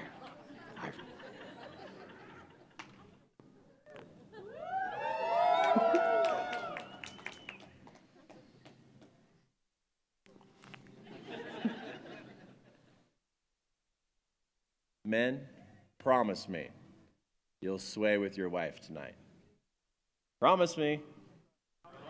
I can't hear all of you. Tell me again, men, will you sway with your wife tonight? Okay. You find some good song. You just romance her for about 2.5, 3 minutes of that song, and you can calm their worlds down in a big way. At Royalton Romance, do I have lipstick on my face? Am I all glittery? Am I good? Mm-hmm. Did you hear that? Mm-hmm. You're all yummy now. At Royalton Romance, you come to Royalton Romance, we'll teach you the rest of what we've learned about how to be a great couple. I'll tell you right now, you got some things in your head, women, in the room, ladies. You got some pieces that you go to bed at night and you wish you didn't treat him that way. You wish that you could have that deeper connection. Men in the room, I know you wish you could be a better provider and a better protector, but it's a psychological game. It's not a money-making game. I know how to train the men. Kim knows how to train the women. And we invite all of you to continue our journey and your journey into building this next level of lifestyle. Knowing from tonight that we got to let go of these expectations. Because I know you came here looking for something tonight. And we had other things on our list to talk about. Mm-hmm. Did we not have other direction we were going to go? I was kind of wondering where we were going the whole time, mostly. we were back there. And as we're putting our notes together, what we're going to share, as soon as we walked out here, it was a big turn of direction. So I don't know who was in the room who needed to hear that conversation here tonight. Raise your hand if you got something from tonight's conversation. Wow. That's awesome, because that was not on the agenda. We're going to go a totally different direction. Completely different direction. But when we came out here, wow, you guys brought something tonight that was extra special, that it taught us We got to turn and go this other direction. So we just all had an experience here tonight that was really designed just for you.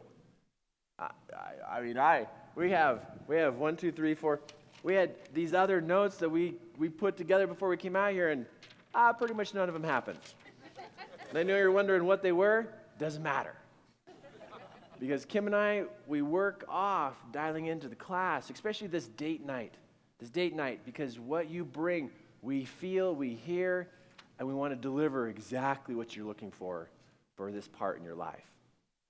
So will you reach over to the couple next to you and just tell them, thank you for showing up. Like, really, thank you for showing up. Thank you for showing up. The challenge is, I'm over here. The challenge is that we as a couple, we have this tendency where, and we did it too, where you want to go home and you want to be at the do-it-yourselfers. You're like, hey, let's just go home and let's figure this out by ourselves, right? Let's just go figure this out by ourselves. We tried that with the faucet and the tape. Yeah, and that didn't work for us. It didn't work at all. And I remember years and years ago when we both come to grips and we went, you know what? Our new story is going to include our marriage is going to get awesome. Oh, yeah. And when we agreed, like, we want our marriage to get awesome, we agreed that we wanted our marriage to get awesome and that I didn't always have to be right. That was a big one, wasn't it? Yeah. That was a huge. So Kim found this marriage seminar. It was more important for our marriage to be awesome than for me to be right. Wow. Any other ladies in the room who knows what she's talking about? Yeah? So because we had this new part of our story, we went looking for a class to go to, and Kim found this marriage seminar, and she came to me, and she approached me with it, and she says, hey, Kirk, we had to go to this marriage seminar. And I said, oh, hey, I got a good idea. How about you go? So I chose out. And I said, go, you take notes, come home and teach me, and then we'll put it all into practice. So I went to the class by myself. She showed up to the class by herself. It was kind of awkward when they were doing, partner shares. And didn't you have to work with some people that were running the event? The helpers at the event. Yeah. She come back the first night, and where do you think my status was in her life? Yeah, I'm down here. I was not winning brownie points. So even we fell for the experience of, well, you know what? You go learn, bring it back. Well, after that crash and burn of that experience, I know you learned a lot, but we never had time to go over all the notes, did we? Well, and at that point in time, I was too resentful to the fact that I went to the class and he didn't. And so there was all this just stuff built up, and it just didn't quite work out. So we learned from our crash and burn in that experience that the next marriage class we were going to go to, I think we should go together. Yeah, because I really messed that one up. And then another opportunity came up for us to go to a marriage seminar.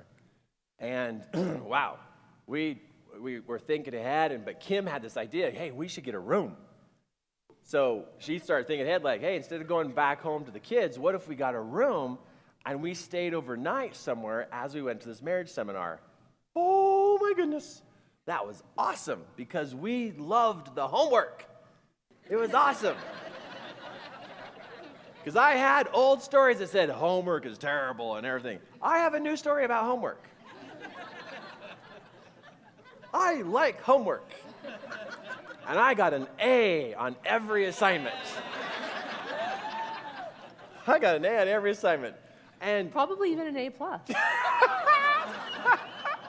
So we go to this class and we have this experience and we're just like, oh my gosh, there's things we don't know. There's stuff we don't know. And it's we thought we did, but we found out we didn't. Man. We thought we knew everything. We thought we were doing everything right, even though our life was really stinky. Yeah. But we thought we were right. I thought I was right. He thought he was right. And we thought we were right. We found out that there's other ways to do things that work. a lot better than the way we were Yeah. thinking. And we began to implement some of those things into our life, and our life began to build, and we began to have new thoughts and think new things, and it became this whole new experience. Now, the magic is, right, if both of you are like, yeah, we should go to a seminar sometime and, plan one every year, or once every 6 months, we had to go to a relationship experience and further our education. We don't really meet very many couples that have that in their plan. They just figure they're just going to figure it out along the way. But you'll know right now, if you're really set up for some big movements, is if you have in your calendar over the next year at least 2 seminars you're going to that talk about marriage and relationships. And if you're looking at your calendar and going, oh man, I don't got anything planned, my friends, we need to step it up a little bit. You need to step it up a little bit, because what are you going to do? You're going to just keep doing the same things you've always done before and think they're going to work? You guys, things are changing. Things are different. We need some new training at the level that you're at. Okay, but here's the problem. You might have one of you that goes, man, maybe we should go to this Royal Chain Romance class. Well, usually what happens is the other spouse then starts to try to talk them out of it. Like, no, let's don't go. We're fine. I'll go read a book. I'll go watch a video. I'll be totally fine. You guys, royalty and romance is you both show up. You're both immersed in the experience. You both are going through it together. And if you can, you get a room, because we have some homework assignments for you. Oh, we have updated our homework assignments. Oh, you want to do them? You want to get in on this? It is awesome. Really rich experiences that not only happen during the class, but in the evening, it keeps going. And you guys, this is not just information and motivation. This is literally a training class where you get trained on what to do, principles you can use for the rest of your life. But that means you got to get out of your head that you already got it all figured out. I mean, Kim and I, in the last year, how many classes have we gone to? How many seminars have we gone to in the last year? In the last year? More than 5. Probably 12 Yeah. to 15. You guys, we are going to classes sometimes even more than constantly. once a month, and we also do our own classes too. So we have traveled, and we don't ever, we always have to travel to go to our classes. They're never in this state, so we've traveled and gotten airplane tickets and hotels and been gone, and we've had to make a lot of arrangements and dog sitters and teen sitters and all kinds of things. Something to consider, and if we may share a tip with you, some advice with you. You want to work on training of what's going on inside your head when it comes to marriage. It's like the most important relationship of my life. Okay. Like my marriage is my most important relationship of my entire life. Is the divorce rate going down or up? Do you guys know what it is right now? No. Do you know what it is right now? Past 50%. Yeah, we're over the 50%. I found studies recently, we're at 65, 67%, and it's creeping up. Do you know what the new standard is that's going on in the world right now? They have this new thing going on right now where you try each other out for a month. You get married with an agreement that it's a tryout for a month, and if it doesn't work out in a month, you're done, and then you can go try somebody else out. And it's a movement that's happening. Do you guys see any problems with that? Is there some problems with that? There's some problems with that. Okay, so the thinking of the people around us is getting skewed. And for us as couples who represent great marriages, because we get who you are and you guys want to be great, you want to do things great. Okay, it takes some education. It takes some education to move this up to the next level. And I know that you'd have a great experience at Realtor Romance. And Kim and I, if you just heard how many seminars we've attended in the last year, it's because we see it and we know we are not going to get swept up in the problems that people are having today. We're not going to get caught up in that. We're committed to learning things about how we think and learning things about how each other thinks so that we can then make adjustments in our life to better our life, to better our marriage, to better our business, to better the relationships that we have with our family and people around us. We are so committed to that we're willing to do whatever it takes to continue our education with learning about relationships. Now, I know what happens is people go, well, okay, that's going to cost me some money. And you're going to think, oh, man, I don't know if it's worth paying that amount of money. But I've talked to plenty of people who are on their way to divorce, and they're telling me how much it costs to get divorced. And it's like, that's way more than royalty and romance. It's like you're going to spend your money and over 3 there. days of your time. I'm not saying people in the room are going to get divorced. I'm just saying there's a cost to conflict. There's a cost to frustration between the two of you. And it's called sanity, connection, and there's a cost there. And so to consider yourself and just go, wait a second, do we really want to keep paying these costs? Well, and then this attitude trickles down to your kids and then your grandkids. And so this attitude doesn't just affect your life, it affects your generations of life. So when you make an adjustment in your life to upgrade and have an energy-rich life, you affect your kids' lives. And then generations of lives get affected because you decided to take a stand and take responsibility for your own relationship in your life. So we want to invite you to our next Royalty and Romance class, or the one after that. And we would like to welcome you into our own world of how we condition our mind and how we build these stories and how we do this. We want to share it with you so that you not only can use these techniques for yourself, but as your kids grow up, you can be teaching them the principles right now that we know about how the mind works when it comes to marriage. And also these expectations and what's going on there, and take it to the next level. I mean, seriously, if the class was like totally free and we paid your airline tickets and bought you food every night, who would show up to Royalty and Romance? Who would show up? Yeah, make a loud noise. Yeah, I know you would. But consider the things that it takes to get there shows commitment and sacrifice to the marriage. Yeah. It shows commitment to it. And so we want to give you some information now about Royalty and Romance so you guys can make a decision. And we also have some scholarships we'd like to give out about Royalty and Romance. And anybody in the room hope they get a scholarship tonight? Yeah, tell the person next to you, I hope you get it. I hope you get it. And if you just did that to your spouse, that was really cool, right? I hope you get the scholarship. Okay, hey Adam, did you get those scholarships? Okay, you got those for me? Okay, so we have a couple scholarships here tonight that we'd like to pick some people and change their world and just upgrade the direction they're going. And so there's some people in the room here tonight that they just don't know it yet, but they're getting a scholarship tonight. Who's excited? Okay, so we're just going to give you all the information here about Royalty and Romance and how it works and the days. It is a 3-day program, which means it's a Thursday, Friday, and a Saturday. Do you get a room? Yeah. Do you go get the single axle or camper trailer? No, don't do that. No, you get a room somewhere close to where the event happens here, right? We're right here in Salt Lake City. We're right here, actually, in this building. Is it true? Yeah. Like in one of these rooms. Yeah, this room or the room downstairs, one of these floors here, we're here. So you already know the location, where it's at. We're in beautiful Salt Lake City.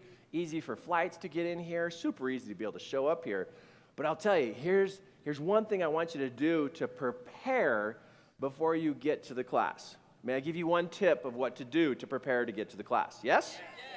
Okay, here's the story. Oh, sorry. Here's the tip I have for you.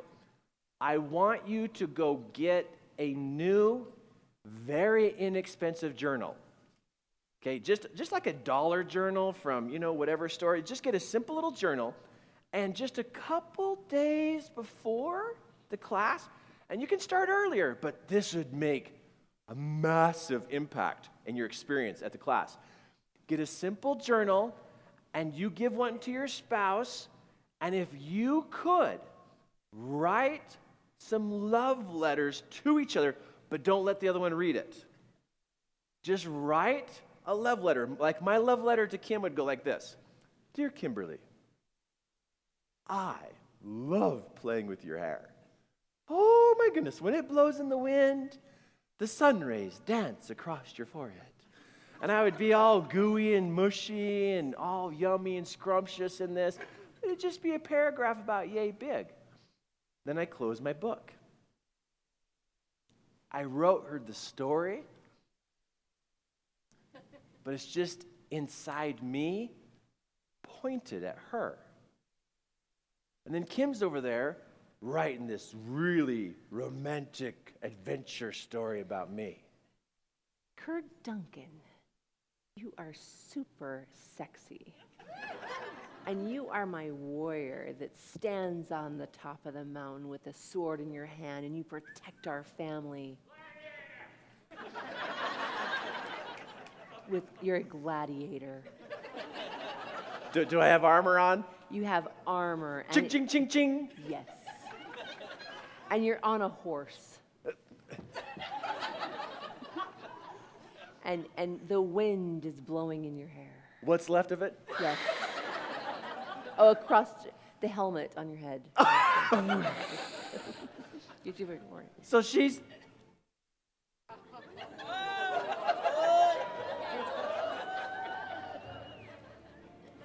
Keep going. This is awesome. And you are so muscular underneath that armor. And you're leading a whole army behind you. And you're the leader, and you're strong. And everybody looks to you because you always know what to do next. Okay, you getting the point?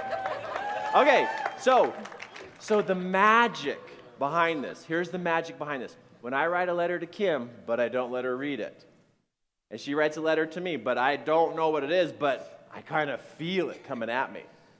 If you could just, even if it was one day before, write one love letter to your beautiful spouse before you come to Royalty Romance, what happens is when you both turn and mentally and physically write that letter, even if it's just a little paragraph, and you write that letter towards each other, what happens is it takes a portion of your mind and it turns and reaches out and connects to them at a deep level.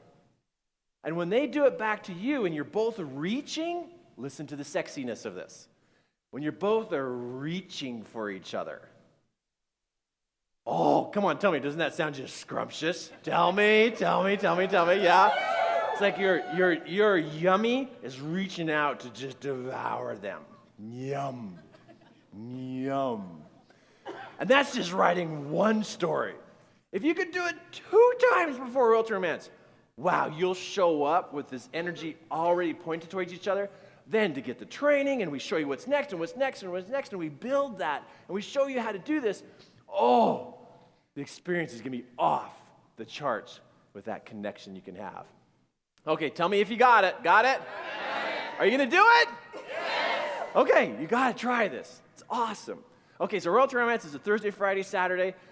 Hey, guys, can you show on the screen our dates of our next classes? So you want to write these dates down and pick one of them. All right, so they're going to show on the screen here. They got it. So right here we got June that's coming up, or we got October that's coming up.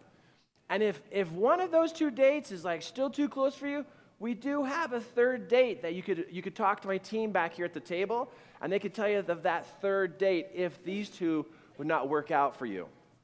But what you do is you pick one of these dates. Oh, and somebody just told me the next one's in December. What's the dates, if somebody could tell me? No. Let's. Okay, so the third time is in December. So we got July and October to take a look at. So already be looking at it and going, okay, you know what? I think we ought to go to this one. Let's make this happen. Don't put it off too far, though. Don't put it off too far. Pick July, October, and be ready because you got a spouse that might be sitting there going, I don't want to do this. I think it's dumb. If you got a spouse sitting there saying they don't want to do this and this is dumb, but you're sitting there going, you know what? I think we need this. It's time. Let's go have some fun. Let's get romantic. Let's get a deeper connection. And if they're kind of like, no, I'm not sure. How many times have you taken the lead in our marriage? I can't count how many times. Because I didn't. I wasn't feeling it. You took the lead. You guys, if one of you in the couple feels like this is what we got to do, it's one of you I know is in tune to it. And if it's like, God, we got to do this, then it takes you to make that move, to go make that choice, and to go to the class. So we gave you the dates right there of when the dates are. And you'll find, as you look online, you'll find that there are classes out there that are up in the $700 area for a 3-day class. An event team, can you hand out our flyer for us on Royalty Romance? Will you hand that out for us, please? You'll find that there's classes out there for up in the $700 range because it's about $250, $300 per person for this level of quality of event. And so as Kim and I look at what we teach, and we know what others are teaching out there, and we see where they're at in doing this in that $700 range, you'll see as we hand the flyer out, you'll see that we've priced the Royalty Romance class at $475 for the couple, not per person. And you look at this and you go, $500, $475. Wow, is this worth it? That's like a whole bunch of groceries, right? But you got to think, you're going to eat those groceries, they're going to be gone. But what if you invested in your relationship? What if you invested in each other? What if there is something you don't know about? Maybe there's something happening between the two of you that you're just kind of keeping quiet about and just hoping it evaporates and goes away. Yeah, I know. We've had those discussions before. We actually have a couple couples here that did choose to go to the class. And would you guys be okay if we heard their story? They're both right over here. So if you both would stand up. There we go. Both. Yeah, you two too. Can we get a microphone? We're going to hear from you two first, and then we'll hear from you two. All right? So, and if you'll just share your name and where you're from, and when you, so it's going to go, yep, there we go. Share your names, where you're from. Hi, I'm Chris, and this is my husband, Mark. We're the Fulchers, and we attended Royalty and Romance in December of last year. And it was at a point in our life that we had gone through some really, really difficult things. And in my heart, I thought I was pretty much done.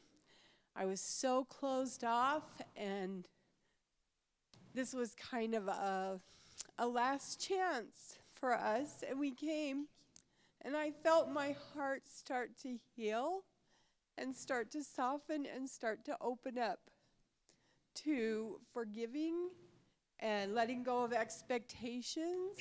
And since then, the magic has grown, and it's better than ever. And I am so grateful. I can't tell you how much. So if you think that you're done, you're not. Come, give it one more chance. Give it one more try. And if you're doing great, get ready to get on your rocket ship and go to a new planet. So this is, it's awesome. Beautiful. Wow. Can we give her a round of applause, please? Thank you. Thank you. Yes, sir. I've lost my voice today, so I apologize in advance for that. But to follow up on her story, we were struggling as a couple. We were disconnected in a way. Not because of things that we thought that we were doing, but other things were happening in our life. And when we were able to go to Royalty and Romance and learn the tools, the techniques of everything, the homework assignments as well, were very cool. So homework assignments are great, guys. Kirk and Kim, our hearts go to you because you have changed our life. We are now living an energy-rich life because of the tools, the techniques, the understanding of what it does for not only us, but others around us. And we just thank you from the bottom of our hearts for that. So thank you. Let's give them a round of applause. Thank you. And then right here, yes, share with us. Okay, I'm Audrey Honecker, and we went to Royalty and Romance about a year and a half ago in December. Ugh, don't squeeze so hard. Okay, communication. When I walked into this class the first day, we actually fought the whole way home. And the second day when we came back, he poked. And I walked into this room having no hope left. I was going through the motions of being able to say that I did everything I could to keep my marriage together, but I walked in with nothing left. The tools that I gained in this course taught me how to switch from the masculine energy that I had that Kim talked about to the feminine energy. And it changed me, changing myself, changed my marriage. But they also did something on the second day that got us to change even quicker. And it was amazing. It's an experience that you'll never forget. And if you are wanting to grow, whether you have a good marriage or your marriage is struggling, you definitely will not regret it. You go there to change you. You don't go there to change your spouse. You go to change you and to uplift you. Let's give her a round of applause. How am I supposed to follow that? I stood up on that stage and I watched my queen. I watched some beautiful things. I watched her be mentored by some great people. The whole program is just a blast. It's a lot of fun. I mean, if you just want to come just to have fun with your spouse and just grow, that's great. But the biggest thing that came, I turned in a thing, I don't know if we can get it on the screen, but there was something really special that happened just last night. And that was the biggest thing we got from this. The biggest thing we got from this whole thing is my teenage son. I labeled him. I'm a farmer. I'm a butcher. I live off a dirt road.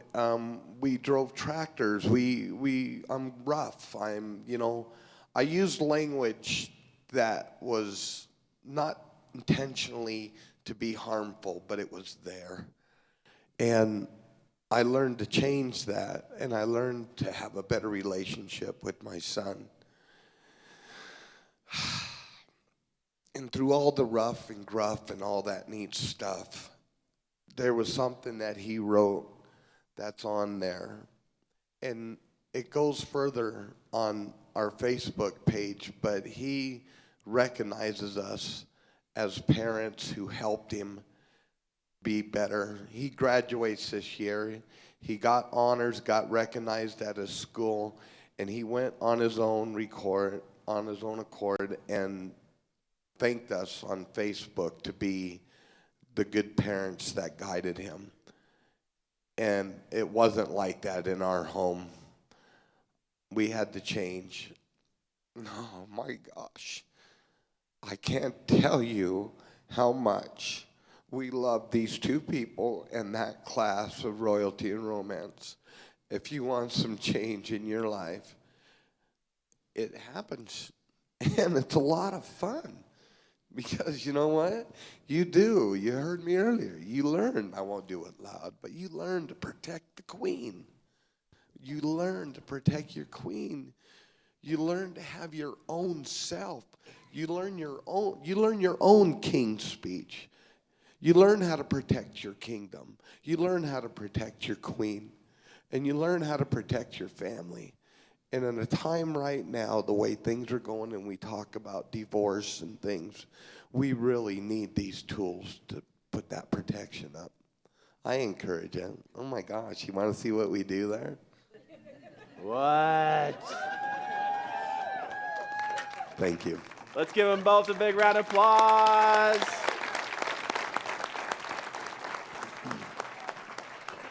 Now we have some scholarships we'd like to give out. Anybody want a scholarship? Okay, I'm going to ask our four people who just spoke up, come here. Come here. You get to go find a couple, each one of you. You get to go find a couple and pass it along. All right? So, Audrey, if you, when we say go, wait just a moment, But if each of you you got a scholarship in your hand, and all 4 of you know what happens in the class. You know what they're going to experience, and you know how it's going to play out after the class for them. So you have a choice here. There's a lot of great people in here. A lot of great people in here, a lot of great couples, and you get to play a big part in this. It's not Kim and I get to choose. You get to choose them.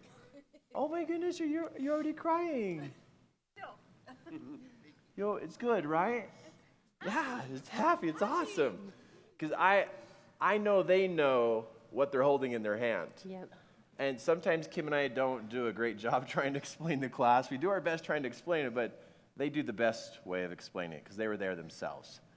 And so the power is in your hands now to find 4 couples. And this scholarship represents not just one person going, but a couple going. So we've got 4 couples that are going to have a chance to change their lives and do something different. Okay, will this audience support 4 couples in the room getting scholarships? Yes? You'll support this? One thing I'll ask is if you have already attended Royalty and Romance, I'm going to ask that you allow those people who are here who have never had a chance to attend yet, that they have that opportunity to be a recipient of the scholarship. Because I know we got some people who've come back and they're listening to what Kim and I are sharing here tonight. So if you'll kind of hold, it's okay to say that, right? Hold back on that and allow those people who are just hearing about it, that they get a chance to get this. Now, the 4 of you, follow your heart. A lot of choices in the room. Follow your heart. And no matter who they go to, we're all happy, yes? Tell me yes, yes? Okay, because we hope it goes to the most important place for tonight. And then that means whoever gets it, we all participated in making that happen. And if you're sitting there going, me, and you don't get it, and then you go, oh, I'm bummed now. Well, then you throw bum energy in here. We don't need bum energy in here. No bummer energy in this room. So you hope it goes to the place that'll serve the highest level possible for who's in the room tonight. So if you will, if you're interested, don't yell and scream. Just raise your hand if you're interested. And there's people all over, right? Don't forget over here or over here. And the 4 of you, go the directions you feel led to. And keep your hand up and just hope it goes to the space it needs to go to tonight. You 4, ready, and go. Oh my gosh, this is so awesome. It's awesome, and we love it where it's going to go, right? Yes, yes, yes?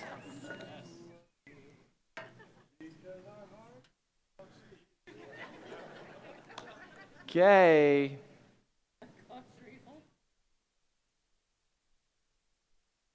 Got it. That one went out. That one went out. Rio, Rio still has it in his hand, right?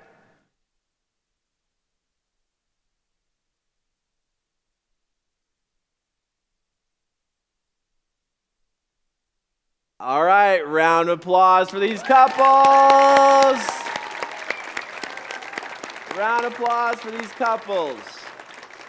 Now, for all of our friends in the room, the 4 of you who have scholarships, be sure to go to our team back here at the back table and turn that scholarship into a registration that then it pays for your tuition to attend the program. You got to get yourself there, but this covers your tuition to be in the program.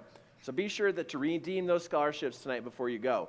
Now, all of our friends in here, we want you to know we really appreciate your sacrifice in being here tonight. We really appreciate all the arrangements you made to be able to be here and to be able to participate. And especially to be open and listen to Kim and I share our stories. And you guys just do this for me. Give yourselves all a huge round of applause, please. Huge round of applause. And what we got for you is Kim and I are on a mission.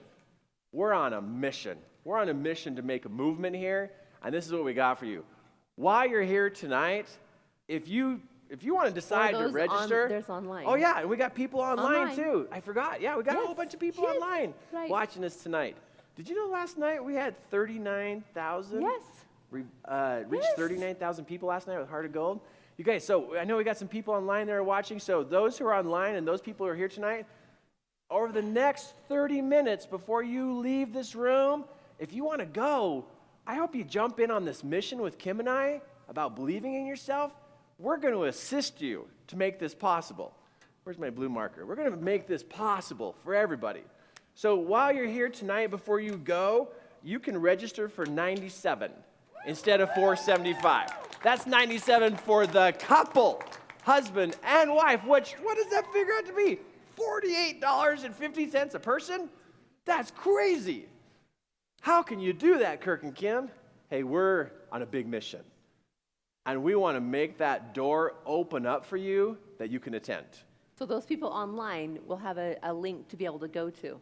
Yeah, you guys will have a link. Click the link, register. So between the two of you, we adjusted that as far as we can. So now it's like, wow, do we want this? You guys choose in. We look forward to seeing you at the next Royalty and Romance class. Choose one of those dates. Go get registered and come have a blast with us. Absolutely. Get ready for an energy-rich life. Play this with us one more time. Touch, talk. Energy-rich life. Twice as loud. Touch, talk, connection. Energy-rich life. 10 times as loud. Touch, talk, connection. Energy-rich life. 1,000 times as loud. Touch, talk, connection. Energy-rich life. Say it again. Energy-rich life. Go for it. Energy-rich life. Okay, your energy-rich life is one well put together story away. We're your mentors. You make the choice. Let's get connected. Let's make it happen. Please give yourselves a big round of applause for being here tonight. Good job, everybody, and thank you. We do love you, and thank you for your sacrifice in being here tonight. Thank you. Love you guys. Thank you.